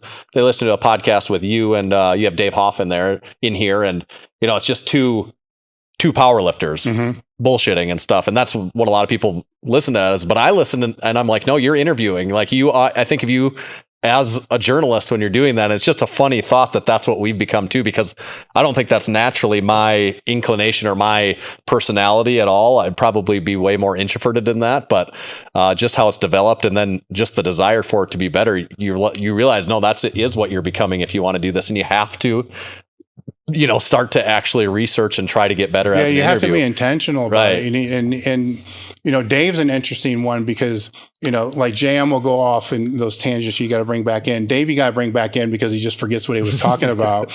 Right? So you got to know that. Yeah. Dave's great because he'll say, can you reel me back in? Right now, I look like an idiot if I'm like, dude, I don't know what the fuck we were talking about. But you could do that. Like, if you're interviewing someone and they're responding, but you're kind of trying to think 3 steps ahead, it can almost be difficult. You're in the conversation, but remembering what actually is going on here. You start to get like a few layers. You're like Inception. You're, what level am I in right now? So it's intent. Like I said, it's very intentional with that. And then things will go, as anything, things will go wrong, and not bad wrong, but when you're interviewing somebody like this, like they're maybe taking too much of a lead, and it's like, we didn't really want to go that direction or whatever. So it's like there was a problem there, and then afterwards, I'll take notes afterwards, and it'll be like, well, what is this problem? Because how do I search? That's the crazy thing. Like, what the fuck do I search? Right. What was what? How do I make that better the next time? Even GPT can't help me with that. What the fuck is that? And so then I'll start watching other podcasts and looking for that. Like, when did that happen to somebody else? How did they that's how they did it. And then, so that was a big part. The other big part is the research of the guests beforehand. I think when people get into interviewing people for podcasts, they don't understand how much you need to go and vet and listen to, especially if they've been on other podcasts. Yours is a go-to, because as you said, you're not going to ask them the same things everybody else does, but there'll be something in there that either I can do two things with. Either I can talk about it, or I can just mention the fact that they have this sibling that used to play soccer. Yeah. Then all of a sudden they're like, how the fuck did you know that? Yeah, right. But then they become more comfortable. Yeah. Right. Because you got to make them comfortable. Because then once they're comfortable, you can go a little deeper. The one hack we felt like we always had for getting people comfortable was you'd bring up food in any way, whether it's some fast food chain that's local to them that has some meal that's like, this isn't that good, but we all had it growing up. And like, as soon as you can mix food in the mix, people are like, oh yeah, those were the day. And then it's like, boom, the whole thing just shifts with just one little dumb question like that. One of my other biggest secrets is it's in a gym. Right. Yeah. Where I'm here. We're sitting here. Like, I feel like this is like home away from home. Yeah. It's like, I just want to be in here. We were joking. We're like, this screenshot right here is just a dumb meme in itself. Like, just us two sitting at this table. It's like, what the heck are those guys doing? This has become so iconic. This look right here. Well, most of the people I'm interviewing have spent decades in a gym. Most of the conversations they've had with their buddies are in a gym. Right. This is their safe place. This is home. Right. So it's way easier for them to relax. I had to do one because it was so fucking hot in here in the conference room. And that was a nightmare. Yeah, I can see that. Yeah, it's a different vibe. Well, in my mind, it was, maybe for them it wasn't so much, but in my mind, it was a big clusterfuck because this is where I interview people for jobs. This is where I have meetings about content. This is where I'm... And they're also like, this is where I get interviewed for jobs in this stuffy boardroom. This isn't a place where you have fun and open up about things. And this is like my numbers room where I'm talking about finances and shit. Like, this is just weird. Yeah. But that's... Like I said, your podcast is a go-to because it's like, okay, here's this guest. And then were they there? And now just recently, not that long ago, you may have been asked this, what podcast were you on that you enjoyed? Right. And that way I can I'm still going to listen to other podcasts. Right. But if they were on a podcast they enjoyed being on, I want mine to be better. Right. Right. And then they also enjoyed it for some reason. What did they talk about? Yeah. You know, who was the person? What was the dialogue? What was the narrative? And the side benefit of all that is you can, as you're listening to all these things, and I do listen to them like at 1.5 speed, 1.75 speed. So you can quickly find this podcast host sucks. Right. And that's so often.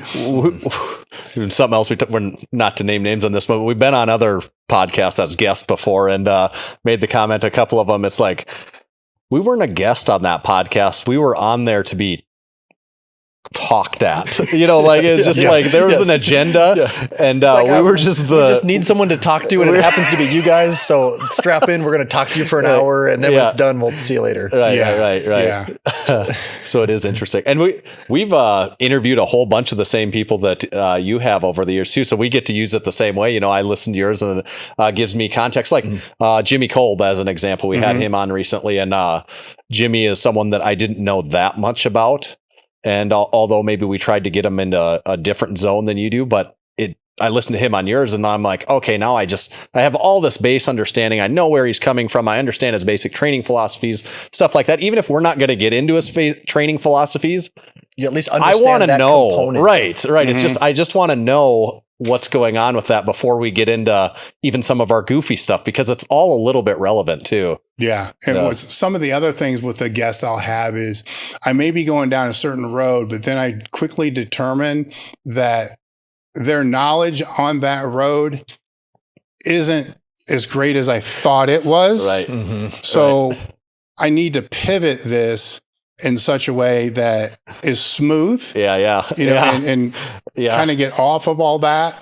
And training would be one. So say it's somebody that I really want to go deep into a training philosophy on, and they don't have that depth, right? So it's like, okay, and as a listener though, if you keep pushing, you notice that too though. You know, when we're on the other end of it, you can tell when the guys that, you know, they're strong, there's no doubt about it, but the way they articulate it, or whether it's knowledge or just articulation, you can tell when they can't express that in a way that's So I help them. So I'll either right. help them express it because they have a philosophy, they just haven't ever expressed what it was, or maybe don't know the term. They don't speak the same language on it too. Like their language of training might be different than your language of training. So it's getting them to just have the right words that make sense for verbalizing training too. And I will have with certain things with certain people, I will take the time to make sure we're defining this the same way. Right. Volume. Yeah. You always say you have volume. Right. Because that changes. Yeah. Intensity is a good one too. But it is good because those are things that everyone just assumes their version of that word is the correct one. When people do use those interchangeably at times. Yes. So it's now with that podcast to pivot off of the interview style and into the monetization. Yes. Right. Because that's another mistake. I think people start and just want to monetize. And it's not like YouTube. It's not like you're going to turn on monetization and then there's ads being put in the whole thing. Right. The most, I think we mentioned it, but we went like 4 years without any level of monetization whatsoever. And we were okay with that. Totally. We didn't get into it to monetize it, honestly. Like that was a shift that happened much later on, but, the monetization is not going to happen early or easy for most people. I mean, I'd just damn near say all people, even if you're a personality at this point, unless you have some huge built-in following and audience, it's going to take some work to start to build that. And then monetization looks like different things to different podcasts. And also that's evolving. I think, I think even large podcasts are seeing that evolving, that the advertisers are changing what people are willing to do or what they think the value is in return. At the beginning, it was a little bit more of the wild, wild west that larger companies might have been throwing more money at it because they didn't yet quite know or understand what was the value in this return. And I think that's changing. We've had conversations about that. Well, and also even on the technological side of it, like you're starting to get dynamic ad insertion where you're just selling blank spots and whatever ad at whatever point in time gets filled in there, you don't even know. Well, I mean, that's not where we're at with things. And YouTube will do that. Yeah, I mean, essentially how YouTube does it, but like they're starting to do that with actual podcasts with your podcast feed. That's starting to become a thing too. But we've always been of the mindset that if we have advertisers, we want it to be at businesses that we believe in, that we can vouch for, that is real stuff. We have industry relevant advertisers. That's for our podcast at our scale, at our size, that's what we can do to monetize it. That's half the pie. The other half the pie is the supporters. And I think that's what grows with a lot of podcasts right now. That's the shift, I think, too, is where it's might be tougher for some to rely as much on the external support from advertising, where maybe it's actually your supporters where you look to monetize it to a certain degree. I think that's what's growing with a lot of podcasts that we've seen. And not just podcasts, but when you look at content in general between Twitch streamers, OnlyFans, whatever that is, everyone's trying to get their monetized audience because it's one of the reliable income streams you can count on today. But we've had really loyal podcast sponsors for like 4 or 5 years now that I think, I mean, we have to be realistic about what we're worth too. If we go into it thinking that we're worth, if we have a delusional $3,000 a spot, no, we're not there. That's not where we're at. Because we understand that it has to be a two-way street. Yeah, it's not just take. Well, it's different too because you have a business, and if you were to pay for that ad, what would you want in return? Absolutely. So that's actually the way we frame it too. We're like, does this seem, whenever you talk about changing rates or when we were first starting going, we're like, does this seem like if someone else was approaching us, would we pay that? And we're like, yeah, we would pay that. Yeah. And I don't even want to have an advertiser if we don't at least think we can return it. If we don't think we can provide value in return, especially if it's someone in our industry, which they all are, if Coca-Cola or Bubbly wants to come advertise to us, I might not care as much because I don't give a shit how Bubbly does, but like these industry relevant businesses, I want it to be we want them to know that we're sending people our way and tell them Massenomics sent you and you should go buy their stuff. And if it's not, then I kind of feel like a piece of shit about it anyways. I don't want to take their money and them not get anything, not get value in return. So but that's been our approach. It's industry relevant sponsors, being realistic about what we're worth, And then hopefully, build an audience long enough, you can pull in your listeners to help support the podcast and make it worthwhile for you. And then there can be sale conversions, which are harder to track, but yes, you can at least guess on what that is, which is it's less than people think it is. But it's there. Yeah. But if that's where they're looking to go, I think the multiple stream concept that you're talking about, so you have, here's ads, and then there's maybe limited edition apparel, or there's these things feed into this, which if they're going to try to scale a podcast, I think is valuable to know, because that should pay for it. The first goal is actually you should start with it paying for yourself, or paying for itself, not including your time. Right. Yes. Not including your time. Not including your time. Yeah. Don't put a value on your time, because it's going to get tricky to No, you're fucked, right? Yeah, right, right. Maybe way down the line. Pipe dream. Yeah. Right. Right. But and that's kind of easy for you to figure out, because if that was the case, then I'd have to take those hours, then hire somebody to do the other stuff that I do. How much would it cost me to hire somebody to do the other stuff that I do? And then that's what that time would be worth, for that. Right. But you're living in a false reality to think that you're going to throw it out there and advertisers are going to be knocking at your door, because if you need to go get the advertisers. Well, right. You just need to prove that you can provide value in some way. And that value is getting people to listen to you and sell the ads. And having an engaged audience as well. Right. Yeah. And but that's why it so much helps for us to make sure our advertisers are things we believe in anyways. Because I want to be able to sell it. It doesn't feel like a sales pitch. No, I'm not a salesman by nature in any way either. So I can't really sell something that I think is, I can't, I'm not good at it. So it just has to come from a point of truth. I can tell you this. If it is, and if it's organic, then you are good at it. Yeah. Right. Yeah, I suppose so. Yeah. It's just give you a real testimonial rather than reading the pitch. Tell me about this, because you mentioned it earlier, this, lifetime intermediate. What is the concept with that? This is something coming on your podcast I'm excited to talk about, because I think maybe it's a gap in your usual guest, because people are like, what are these guys' numbers? What's their achievements of all time? Right. I mean, and someone might say, question come up do you feel like what do they call it, imposter syndrome, when you're on something, you're doing something that maybe you don't feel like you really think about it, do I belong? Yeah. And thought about that before even coming here. We're here, then we're off doing stuff with Dr. Mike, also does awesome in the in this space. He's fun, got a big following, all that. So we're doing a couple really cool, badass things, in my opinion. It's an awesome trip. And would you say, do you feel imposter syndrome about it? And I really think about it, and I'm like, not to sound arrogant about it, but I'm like, no, I don't. Because we have done so much, none of this is by accident. This didn't get here by accident. Well, we put in so much work, and while maybe we don't have top tier genetics or the best programming or the most time in the world to devote to training and all those things, we've been able to manifest a certain level of success in a different way, which I think we recognize even through the podcast early on that. We talked about it before. We are not going to be, if you want to come and find the most detailed training philosophy information, we're not going to talk about it, because we don't come to us. We haven't lived that life. We haven't trained enough people. We haven't been around enough people. We'll send you to the 5 guys or women that you should be listening to. Mm-hmm. Don't listen to us about that.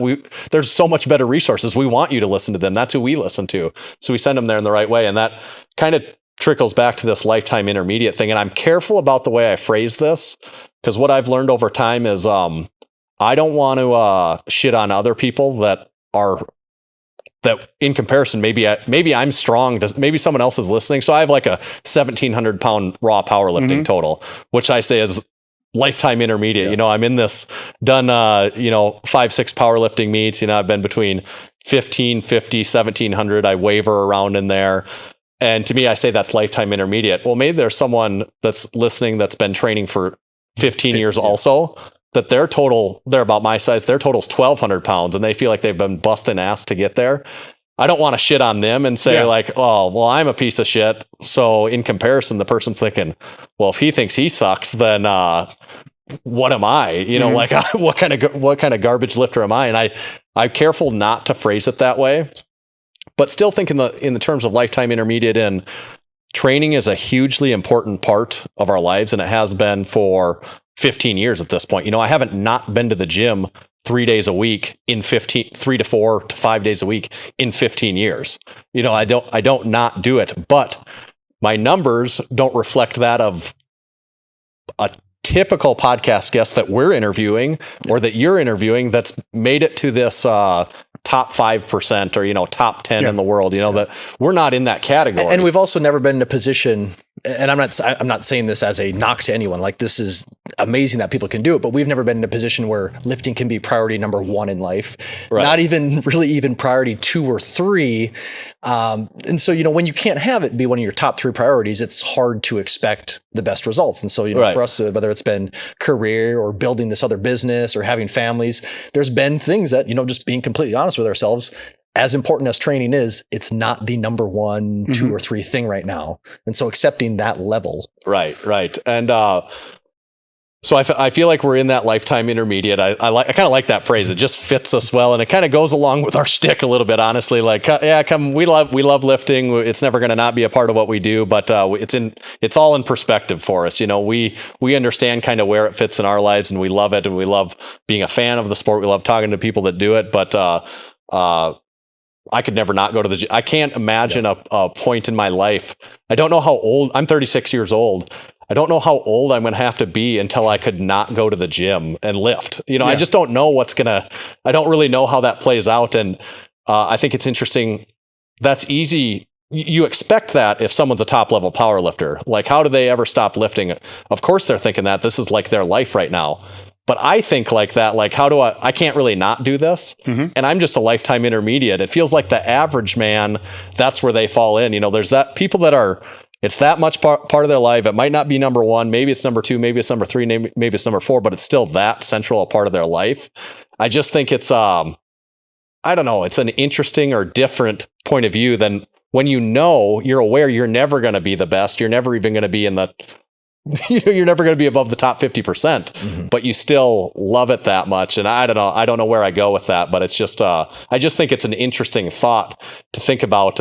You don't have these delusions of grandeur. Like Tanner's never talked to me like, oh dude, I'm getting on the juice and I'm going to pull 900. Dude, you're 36, Tanner, and you're pretty busy. Like if he came to me like that, it'd be like, something happened with you, man. Something's going on. Right. But then all that being said, I still love the numbers. I care about the numbers, and I still, we battle it. We get older, we battle more injuries, just like higher level powerlifters do. Things suck, or you have, we both have young kids. Like sleep is just terrible for months on end. But then all of a sudden, we're talking about it, you're like, things are just bad, and then realize one day you just stop and you're like, you know what? For a month or 2. Things have been going pretty good. Yeah. I'm getting some momentum. And then that changes into another month, and you're like, all right, maybe PRs are here. Well, then it's like, I might not be done with PRs. Maybe I've done it for 15 years and maybe I've had some big highs and lows, and maybe it's taken different priorities. And then I'm like, you know what? I think if I just keep piecing this together, training's on the right track, there's still PRs available out there. And maybe that's a body weight PR. Or at the very least an age PR, but there is still stuff you can chase. That's over 90% of everybody that would be on open powerlifting. Well, absolutely. That's what we talk about too, is like, at a certain level, everyone loves to hear from the extremes the best, because one, like, how did they do that? What is that?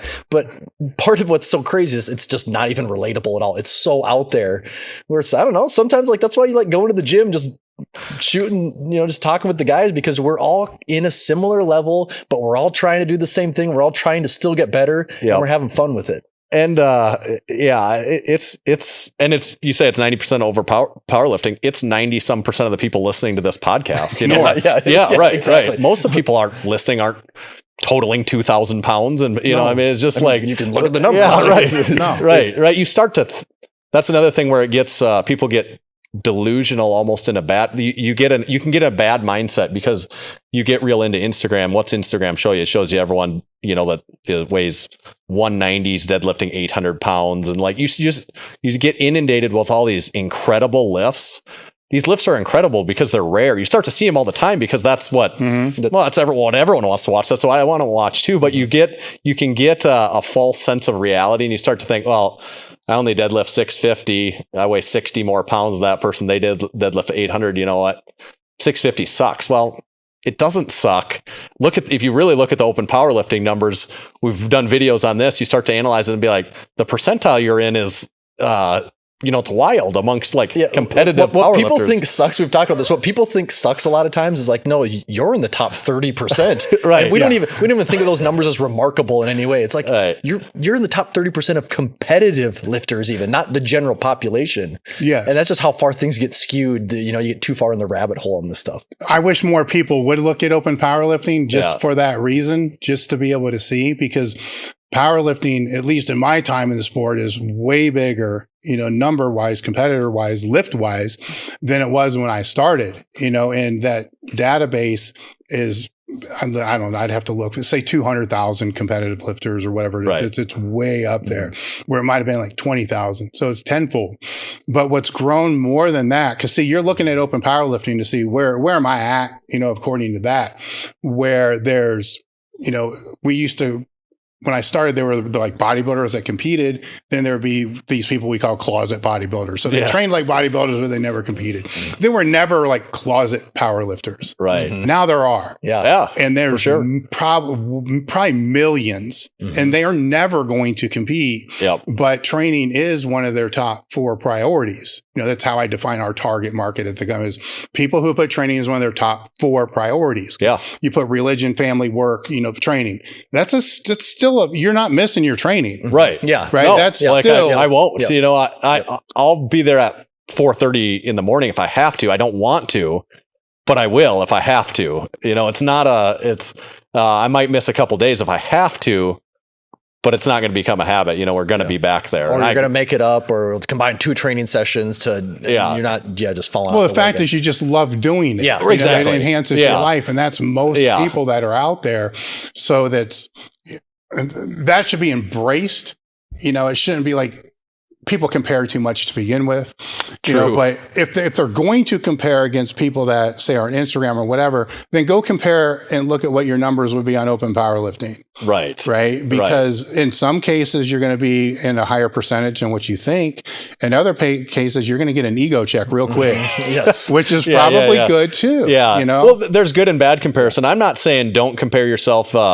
You should be wanting to get better. Everyone should want to get better. That's kind of the goal, what you should want to do anyways. But I still think for 90% of us, powerlifting is a you versus you sport. You're out there trying to better your numbers, and people can look at it different ways, but that's kind of my philosophy. Is we talk about this, intermediate lifters, you sign up for a powerlifting meet. I look at 2 different things that happen. You're the only one in your weight class. You have shit numbers. You win a first place trophy. Okay, great. I got a first place trophy. Shit numbers for yourself. Yeah.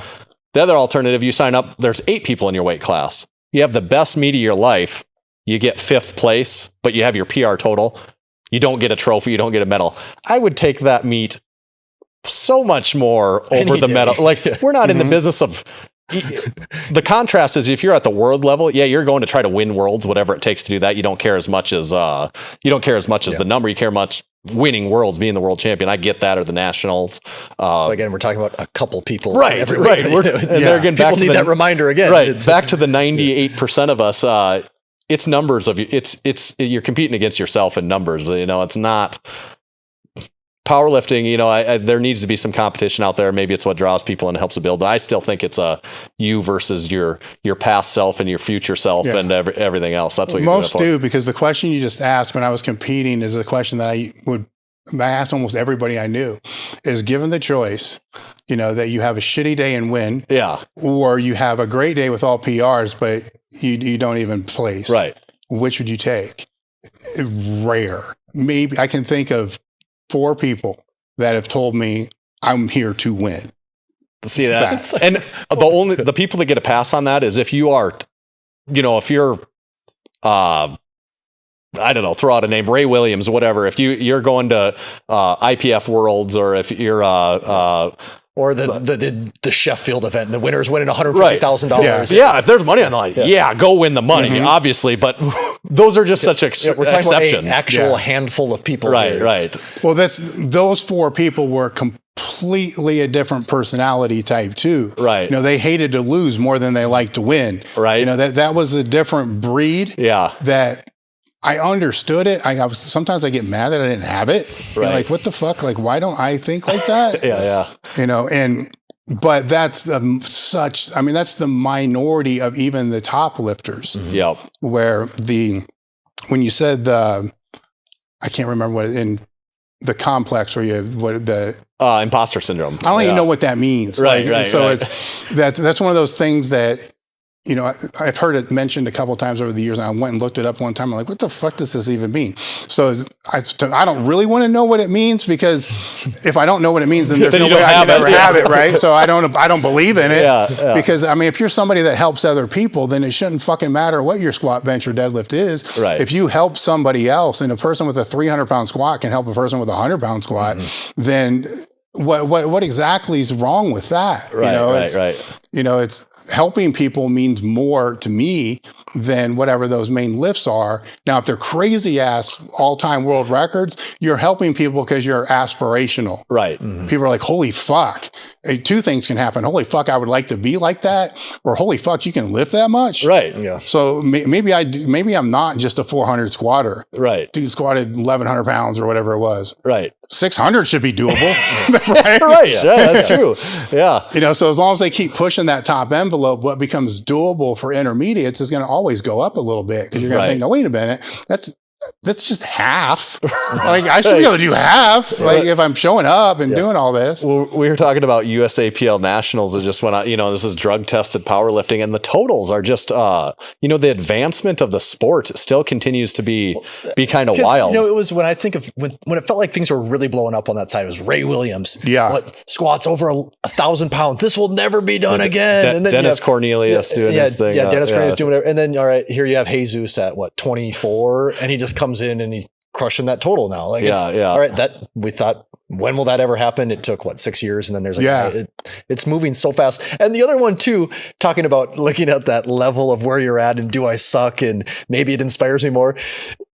Nothing gets comments going online like seeing 100-pound women deadlifting, and the number of insecure guys that come out when they see this girl that's 100 pounds pulling 400 pounds, because they can't do it, and it bugs them at such a level that they got to go in and make a negative comment to somehow restore their masculinity in the situation. It's engagement. It is engagement. Absolutely. It is. Yeah, you just play the system correctly, and it's to everyone's advantage then still. I saw a post, maybe it was yesterday, and it was the qualifying totals for the USAPL Collegiate Nationals, and it was a slide post. So and I don't know what they were before, because I follow all of the sport, always kind of have, but not to that detail. Like, I know I had no reason, because I didn't compete in that, and I'm not a collegiate. Right.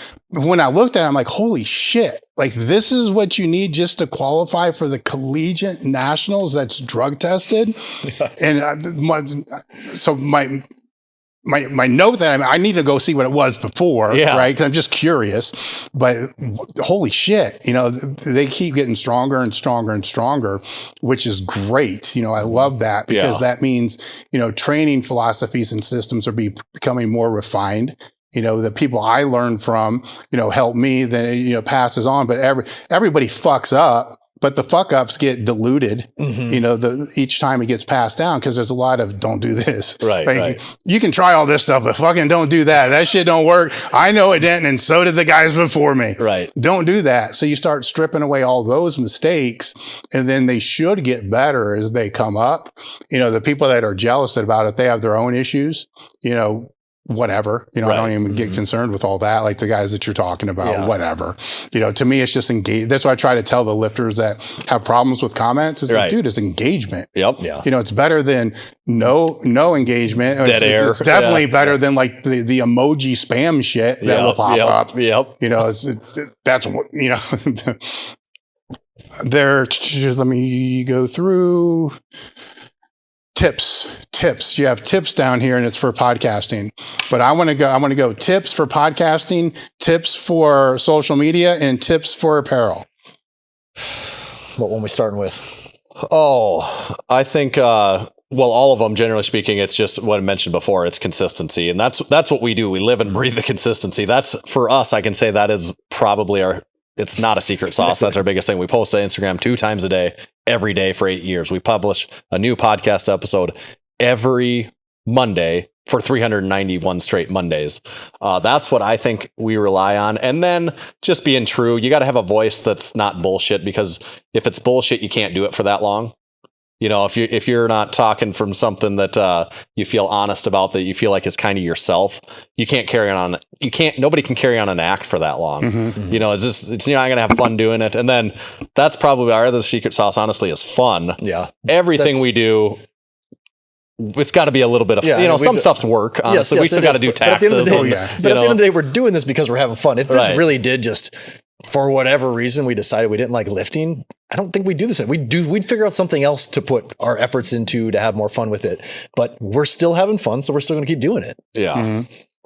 Yeah, that's what I thought. The other thing about podcasts, I wondered, in your opinion, your podcast is crushing it right now, and our podcast is doing well. And podcasts in general, the ones that are doing well are awesome right now. But everything is cyclical. Everything changes.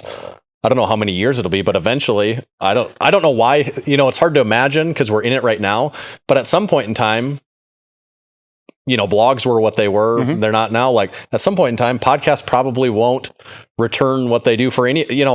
I don't really get it. I can't conceptualize what it changes to or why it changes away from it. But eventually, they probably won't be as successful, right? Like, something changes there. Well, there's that. And then, if you're going to get beyond that, of things having a shelf life, to a certain extent, this is also the entertainment industry. And everything in entertainment does have a bit of a shelf. We go way more into entertainment than what you do. You're doing some more deep digging, functional, and learning, practical. But also, to a certain extent, everything has an entertainment value, and there's a shelf life on all that. So you got to learn to pivot with some of that too. I don't know if it's a shelf life. It's the means in which it's being projected. Right? The medium or the taste can shift a little bit over time.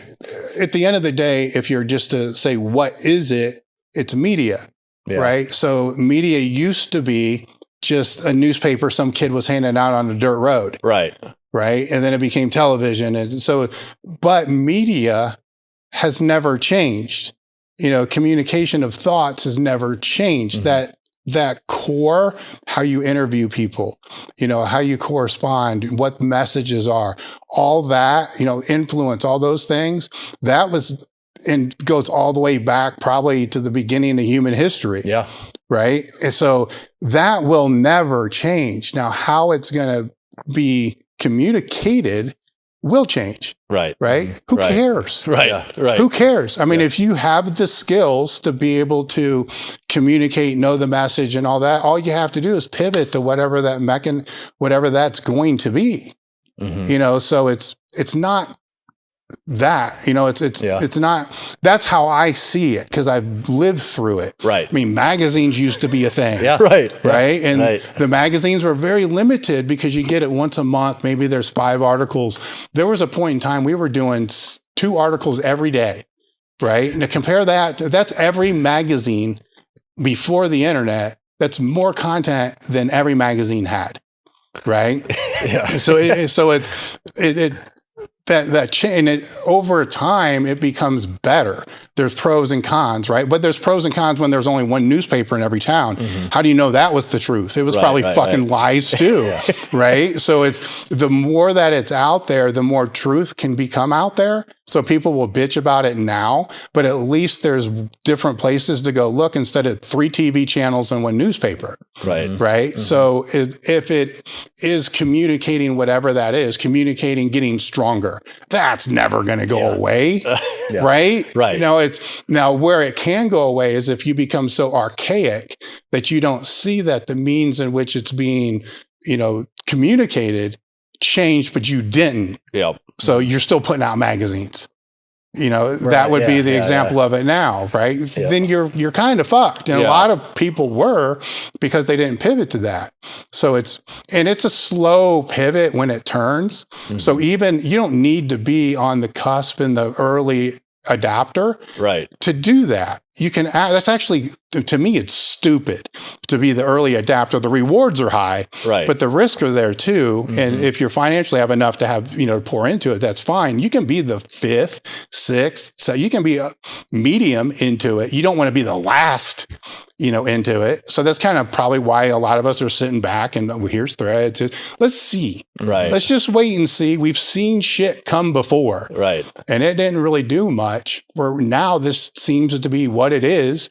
And so eventually, it's going to not be this 100%. It's, 15 years from now, we may not even carry cell phones. Who the fuck knows what it was? I used to have a Nextel thing, stuck to our head. And, hell, I remember having a pager. Then I'd have to go to the payphone. We still communicated, but I can say whatever it is moving forward is going to be, more than likely higher quality at a faster rate, and that stuff. Have you ever felt pressure? Because you're old school is a term that people might use. I don't know what the hell that means, but someone would say Dave Tate is old school. Mm-hmm. And sometimes in the old school, some people that are old school might not want to adopt new school. They might not want to make how we used to do it. This is not how we used to do it. And some people might take that attitude. And you certainly have a fan base that's old, old school, you have new school, and you've made changes because out of necessity is what is it. Do you ever feel pressure like, if I do this, is this alienating? Is this like shooting the horse that I rode in on? You know what I'm saying? Yeah, you don't feel. No, because if you look at old school, new school, let's just use training as an example here. So just training philosophies across the board. The basics are still the basics are still the basics are still the basics. Right. The nuance, which is usually what's more popular, catches eyeballs, it catches attention. The nuance changes all the time. So if somebody is old, my basics as far as training philosophy goes is the same as everybody else's, and that's 90% of all of that. Right. So as long as the person understands these are the basics, this is the nuance, then I can have conversations with people on any training modality, and understand exactly where it is, because the basics are still the basics, and this is just nuance. So let's not really talk about that, and let's talk about these other type of things. And it plays into that. There always are going to be those people that, you're selling out for whatever that means, or you lost touch with the audience, or whatever this is going to be. My reply back is, well, have you supported us? Right. Because if you've never supported us and you've never purchased from us, then we've been around 25 years. Yeah. Then your voice, to be completely frank, doesn't fucking matter. Right. Because what matters are the voices of the people that have supported us. Right. That's where I care the most about, the stuff on the fringes. Yeah, you're going to test that to be able to pull it in. Yeah. And stuff like that. But I'm moving forward. No matter what it is, I'm moving forward. If they're not cool with it, fuck it. They can go do whatever they want to do. I'm still moving forward. Right. That's just life. That's how it is. I think people get lost in nuance for everything. Yeah. Right. And even with those, if I have conversations with those people, training modality wise with that, and we start peeling things back, they start to realize this is just basic. And powerlifting is a weird realm. Right. It's weird for a lot of reasons from a business side. The competitive powerlifters are such a small percentage of people who purchase from us. Right. It's insane. Right. It was 5.3% when I actually pulled the database. Right. So you got to kind of keep that in mind. Right. That's what that is. But that is where I come from. But sometimes I would say, I'll use an example of the people that may have pushed against me for, you came from West Side, you've lost where you came from because of that. I'm like, well, you understand I did fucking train for 15 years in 3 other clubs before that. Right. So if you want to talk about where I come from, it was them. This was just part of that journey where I do believe you should always remember that, as you move forward. You can't say, that didn't exist. It did, but it's part of my bias. And so are all those other things where as you get older, you have to understand this is my bias, right? Which means it's very negotiable. right? Because it's a bias. Yeah. Right. And so it's the most negotiable. Yeah. Right. All the other stuff is not negotiable because it's basic fundamental shit kind of plays into all that. So if somebody else doesn't want to evolve, then fuck them. You know, I don't really worry about all that because in most cases they weren't supporters in the first place. Right. Right. So ask me that 15 years ago. Did you always have that attitude or did that take time to get there? No, it took time to get there. You know, you learn, you know, as you get older, you learn that what are we really doing here? Like, who am I really communicating to? You know, it's if I'm speaking to you, you know, who matters most in this conversation right now? You guys do, not me. Right. You know, those things, yeah, it took a while to be able to kind of figure that out, but you do. Right. Because when you look at the grand scheme of the things, just because if I'm putting other people first, I'm still putting myself first because there's more gratification in that than if I put myself first. Right. You know, it's just, maybe it's a stoic philosophy or whatever it is, but I don't worry about that. Yeah. You know, it's maybe at some point, you know, I did, but if here would be my advice for people, if that stuff bothers you, then look really, really close at what tribe you're in, right? Because yes, that probably would have bothered me while I was training at Westside and I was there, right? Yeah. Because this is my tribe. This is what I'm a part of. Fuck everybody else. This is what we do, right? So I would have no problem with that. You know, but that you're not in there, then once you're not in there, then you're part of a bigger tribe, right? Because it's out there. Powerlifting's got a lot of different disciplines and people. And the thing that I wonder with powerlifting is when I look at, and I don't know fight sports that much, so this may be incorrect. But if I look at fighters, you know, MMA fighters, they love to follow wrestlers. You know, wrestlers follow them. They follow boxers. They follow all the different disciplines, kind of fans. And they're not following it to the point that's detrimental to what they do. But in this powerlifting world, you know, you got certain disciplines, a raw lifter who may not even know the names of people who are the best geared lifters and vice versa. Like, why is that, but it doesn't exist other places? Right. You know, it's powerlifting, you know, so you all do the same things, you know, and so that I don't really know the answer to that, but I like to try to break that, you know, by having those different people on. Right. Because I've always kind of followed from the outside, you know, who's doing what are they lifting? You know, this is, you know, they're fans of the sport, you know, without spending all day, you know, digging into the whole weeds, the whole thing, because in each one of those things, there's different ways that training exists. How can you use that here, this here, business the same way? Yeah. I don't know if that really answered the question. No, that does for sure. Yeah, no, that makes a lot of sense. Yeah. Do you ever feel like you've heard it all? Do you ever feel like training? I've heard this all. I've heard every variation of this. I'm just hearing someone's own unique take on it. Or do you still feel like I'm getting new stuff all the time? Sometimes I think I'm getting new stuff. Like I do pay a lot of attention to that. Well, no, I know, because you dig so much on people's training and you're just so meticulous about it. And I just think, does Dave in his brain, this is just a variation of that?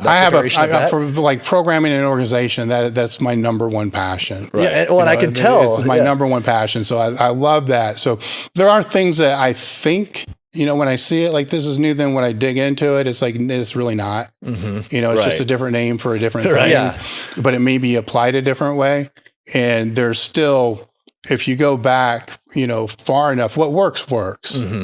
Right. So there can be, new things that come up and all that other kind of stuff, which you can play around with a little bit. Yeah. But the shit that works still works. You know, so there's, you know, the science evidence based all. I'm not going to criticize those people, but at the same time, there's anecdotal evidence to prove a lot of things that may not supposed to work, even if it's placebo.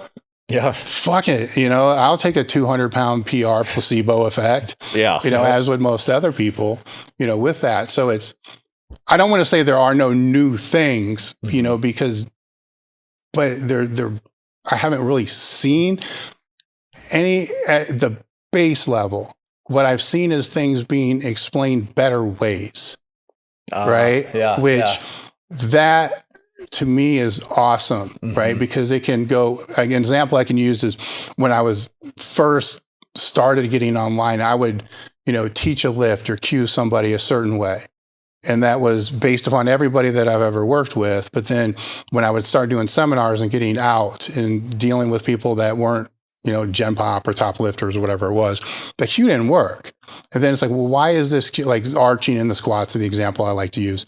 So I tell people arch, because most of the people I ever worked with had fucking erectors that looked like 2 liters. Right? And so then I would go to a gym and see somebody with this stupid extreme arch. Right. What the fuck are you doing?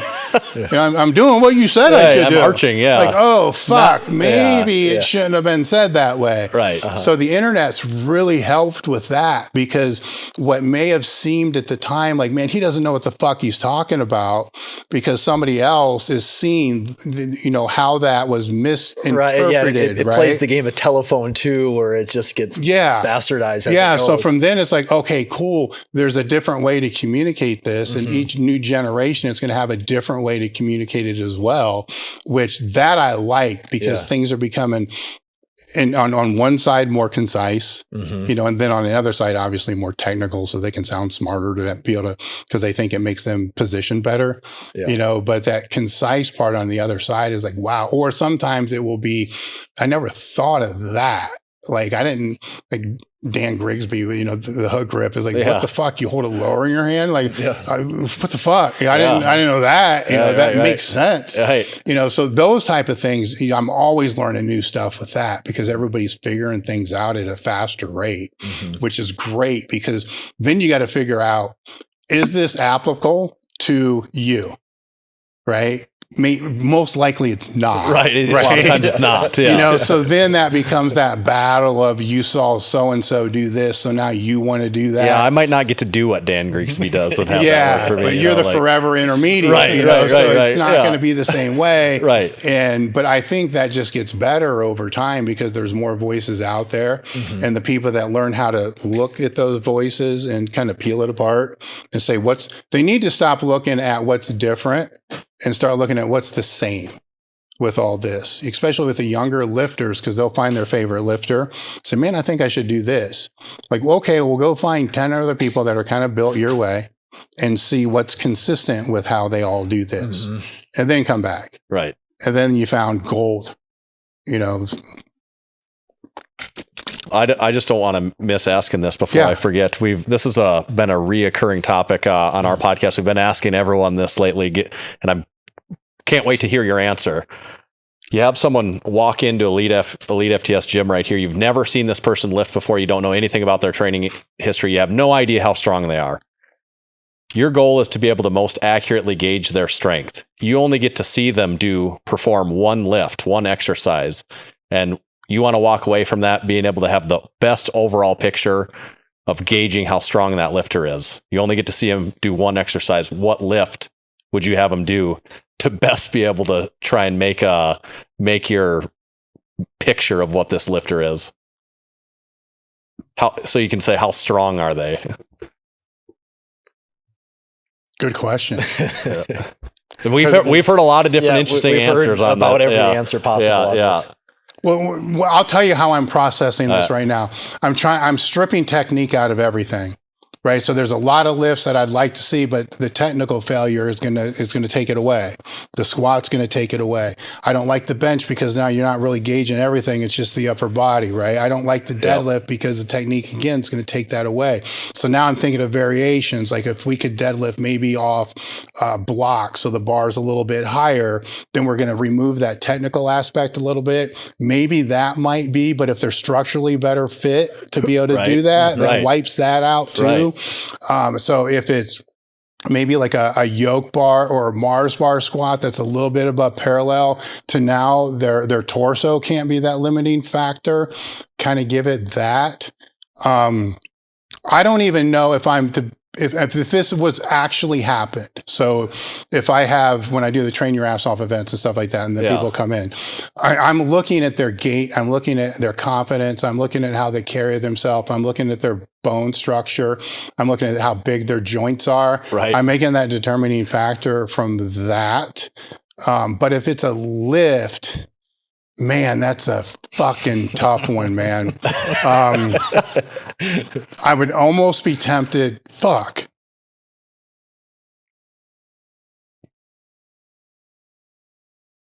We've had some heated debate. Some people get heated on this too. You've actually talked through this better than almost anyone we've had answer this so far. Because now in my brain, I'm going through machines. Like a hack squat or something like that. But now you're stabilizing too much of the torso. Right. You start to be able to justify it in different ways too. And you start to say, what really defines strength? So you talk about the technique and, like the back squat is something we've talked about quite a bit in this scenario. And I'm like, well, maybe being able, what is strong? What is strength? Because maybe having the prerequisite technique, is that a part of the fact? What do you define as being strong? Is that part of what is being strong? Is being able to have the strength? You know what? I think if I'm to narrow this down, but do you also just assume that everyone has a baseline? There's the assumption is that someone completely off the street that's never trained, or are we talking someone that's lifted a baseline level of fitness? They've been to the gym, they've lifted. That's another way you can take the question that skews it. I cringe saying this because I don't like the movement. I don't like the movement at all, but I'm leaning toward a trap bar deadlift or like a rickshaw type of farmer's walk thing. That's something that we kind of hear coming up more often, actually, than people that like some people that have really. We recently had a farmer's carry, high handled farmer's carry. Yeah. The trap bar deadlift is an interesting one. I do not like. I don't like them at all. Right. But it's still, you think about safety, it, right? I mean, it's easier to keep the spine neutral. Yep. Their breakdown's going to be a little bit less. It's, man, that's what I'm going to go with for now, but I'm going to reserve the right to change my mind. Okay. I like that. Yeah. Did you have any other ones? I like that. Yeah. We do have some other here. This is a really important one. This has been another heated. We're going to help use you to settle some overarching debates we've had for years now. Where are we at in the gym here? In the corner. Right. I'm looking for a piece of equipment. Was that is that right in front of the plate? Right behind the yellow bench. The glute ham raise reverse hyper type thing, or say it's not a reverse hyper though. Do you have just a dedicated the first thing you said? A glute ham raise? Yeah. So what do you call what is that machine? I call it a glute ham raise. The machine, you call it a glute ham raise. Yes. And I know you do call it that because that's what on your website. Yes. That's what you purchase from Elite FTS is a glute ham raise. Yes. It's not a glute ham developer. No. Then to you, it's a glute ham raise. To me, it's a glute ham raise. It's always been a glute ham.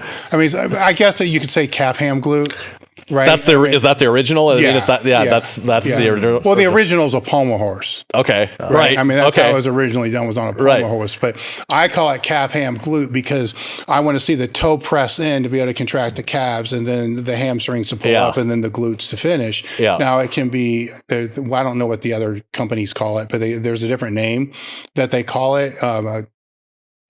It's not GHR. It's a different acronym. GHD. That's what they say. Yeah, glute ham developer. Right. Yeah, I've never gone with that. I've always just kind of gone with what it was before.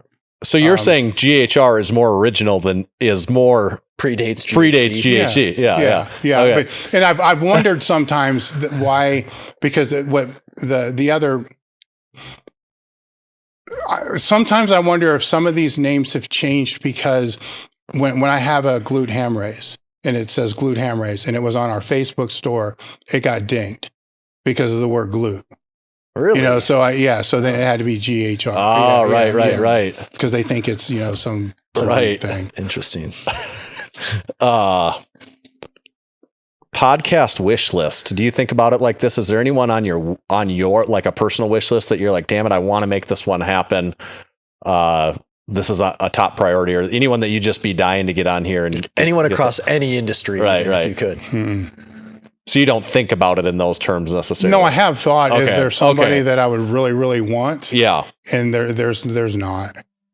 Because you have us today. So I just fulfilled it. I just had it. Yeah, I mean, fuck, we just mark it off. Yeah, there's the top of the mountain, right? I don't know where to go from here. Yeah. Fuck, it's all downhill. Yeah. But no, I haven't, because it's there.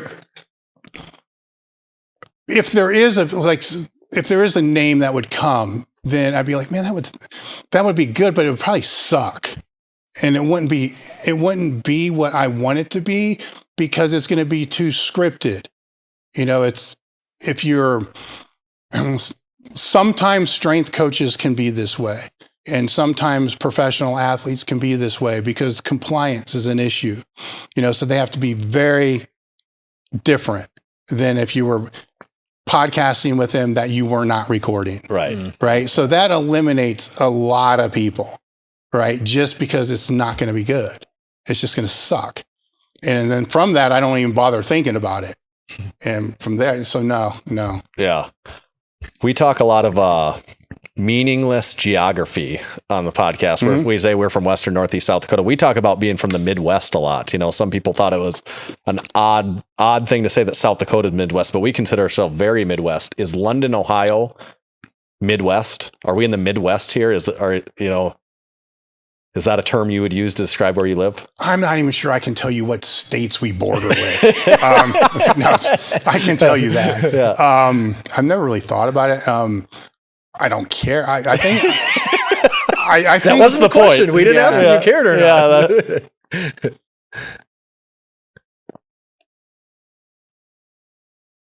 Man, I don't know. No. Okay. Mark that down on record. Do you have Dave's a region opinion that you would consider Ohio to be a part of then? Is it are you in the East? I don't know if it's there. I think it's like in his own fucking realm, like Rust Belt or something. It's definitely Rust Belt. Yeah, I mean, if I was to characterize it, it's Rust Belt, 100%. Michigan would be, what's that? Appalachia. Yeah. So the Rust Belt is how I would, 100% Rust Belt. Okay. That's important. That your words carry a lot of weight here, and this is these are like years long. Debates. If you were to look and kind of split it, like, is this really West? It's where does West start? I would think like the Mississippi, right? Yeah, I mean, I wouldn't say Ohio is where the West starts. No. I wouldn't even say that's where the Midwest starts. Maybe the people that wear cowboy boots and shit might say so. Right. Yeah. Okay, you answered most of our most recent hard-hitting topics. I think that so. The GHR. I knew you were going to say GHR, but I just wanted to get it on record because we have lived closer in the camp of GHR in the past, but we get some heat on that. They say the exercise is a glute ham raise, the machine is a glute ham developer. I can see why. Right. I know why. I mean, there's some companies, that's what they sell it under that name of. So that's what it's going to be. I've just, ever since I've ever known it and have ever supplied it, and when I was getting it from Louis back then, it was just always a glute ham raise. Okay. So. Good. Yeah, I'm glad we got that. That's always how it's been. Yeah. Any other topics that you wanted to go over? Man, I don't know. Yeah, we hit on it. We ran our first powerlifting meet this year, and we were pretty pumped about that. We kind of talked about it, so we don't need to dive into it. But we're excited. We think we'll hit up another one. Probably just the way everyone does it. Try and do it bigger and better. We're not meet directors, and we're not going to live in that space. But we run. We bring in a meet director to direct the meet, and we do the other stuff. And we took this philosophy this year where sure, there was a meet, but we brought in... What is the other stuff? Well, the other stuff is... The marketing, the venue, just understanding how lifters should... do you go into a meet with the idea that... And there's two different approaches. Do you go into a meet with, all right, this is something you do on a Saturday for a few hours? Right. Or is it, this is a whole event for this community to get together and have a party and celebrate what we're doing? When all our lifters came in on Friday to do weigh-ins, we had an itinerary for them and a map of the town of Western Northeast South Dakota. And we said Friday, so they came in on Friday mornings, did weigh-ins. Friday night, we had the pre-meet party, where that was at a designated location. Tanner's house, we had backyard. We had 100 people. They showed up. Yeah. Okay. Yeah. Cool. So it's spotters, loaders, competitors, and spouses, everyone, girlfriends. and we have these cheesy name tags that everyone's got to put on when they come, and we do this meet and greet. And even there, half these people had never met in real life. A lot of them didn't even know each other. You have the party. everyone has name tags. You get to know everyone. The next day you go lift. You already feel like you're lifting with your buddies. Right. Yeah. And there's people you've never even known before. We had 60 people compete in this meet that were all, it was like lifting with 60 of your training partners at this point. It's like, I'm pissed. Like, I've done a lot of meets before.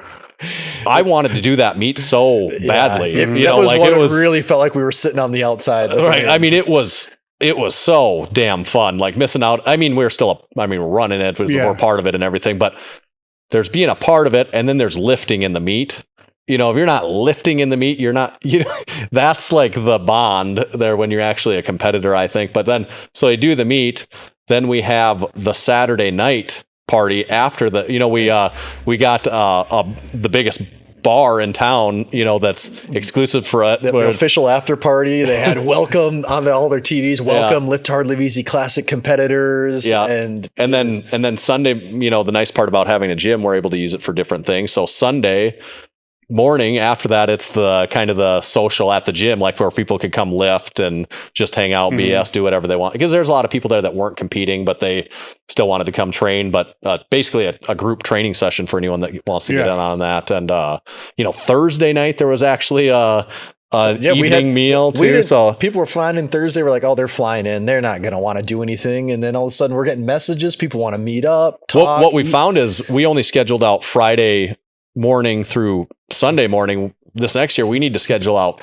Thursday night through Sunday afternoon. And because everyone wants so it turns into, so that's what we do. That's really what we do. The marketing, we put up cheesy billboards. We've done like 5 billboards for Massenomics. None of them make any sense for us to have a billboard in Aberdeen, South Dakota. We put up billboards about our podcast, but we put up a billboard about a powerlifting meet.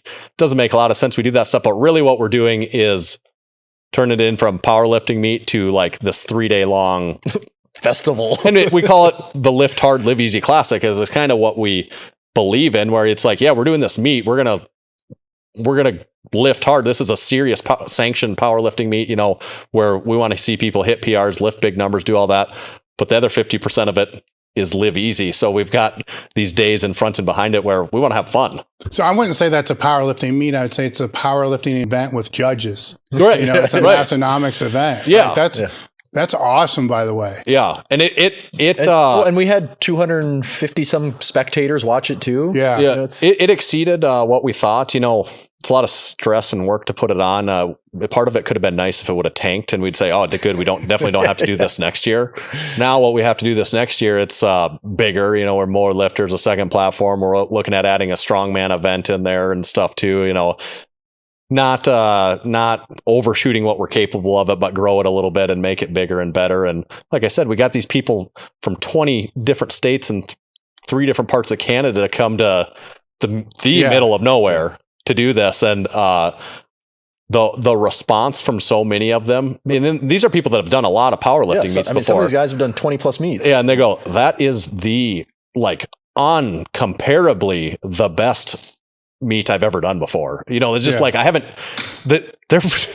this might seem excessive, but there are people like, I have never done something that resonated as much with me and was like more of who I am than that 3-day. Well, you made it an experience. Right. Where did the Lift Hard, Live Easy come from? That was just, it was back in the day, in the earlier days, we were trying to all right, all these shirts have sayings on it. What do you got? Into the void, all this stuff. We're like, we don't have any cool sayings. What is what the hell is our voice? And we can't do this crazy badass stuff. No, we're not a brand for us, So we're like, what fits us? Well, you have a skull on the shirt. Right. But he's drinking, but he's drinking out of a beer hat. We're like, what fits us? We're like, well, at its most basic, we lift hard.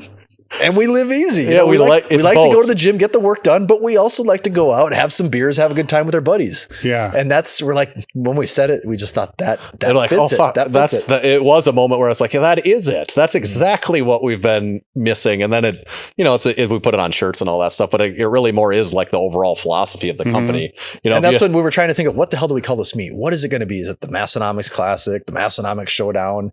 Whatever words everyone else uses on every single meet. This just gonna be. It's gonna be like the lifting meat hard and is living half easy. of it. Yeah. Like that is what this is. Let's just Yeah. call it that. And Yeah. it summed it up perfect. No, I think that's awesome because it's like I said, it to me it doesn't sound like a meet, it's an experience Yeah. with judges, which is amazing. For sure. And then trying to do other things there where it's like, we joke all the time, powerlifting awards, there's way too many damn awards. So our thought is, no, we're taking this. There is too many awards. They're ridiculous all the way. Cause now we're going insane. There's going to be so many damn awards for this. Like people are going to be like, so we got, championship belts. But what I really liked, we did some of these custom awards, just kind of arbitrary awards where like it was most masters.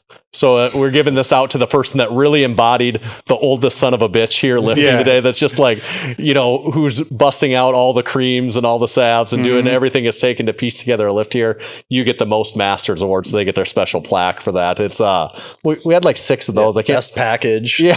Who brought the total package?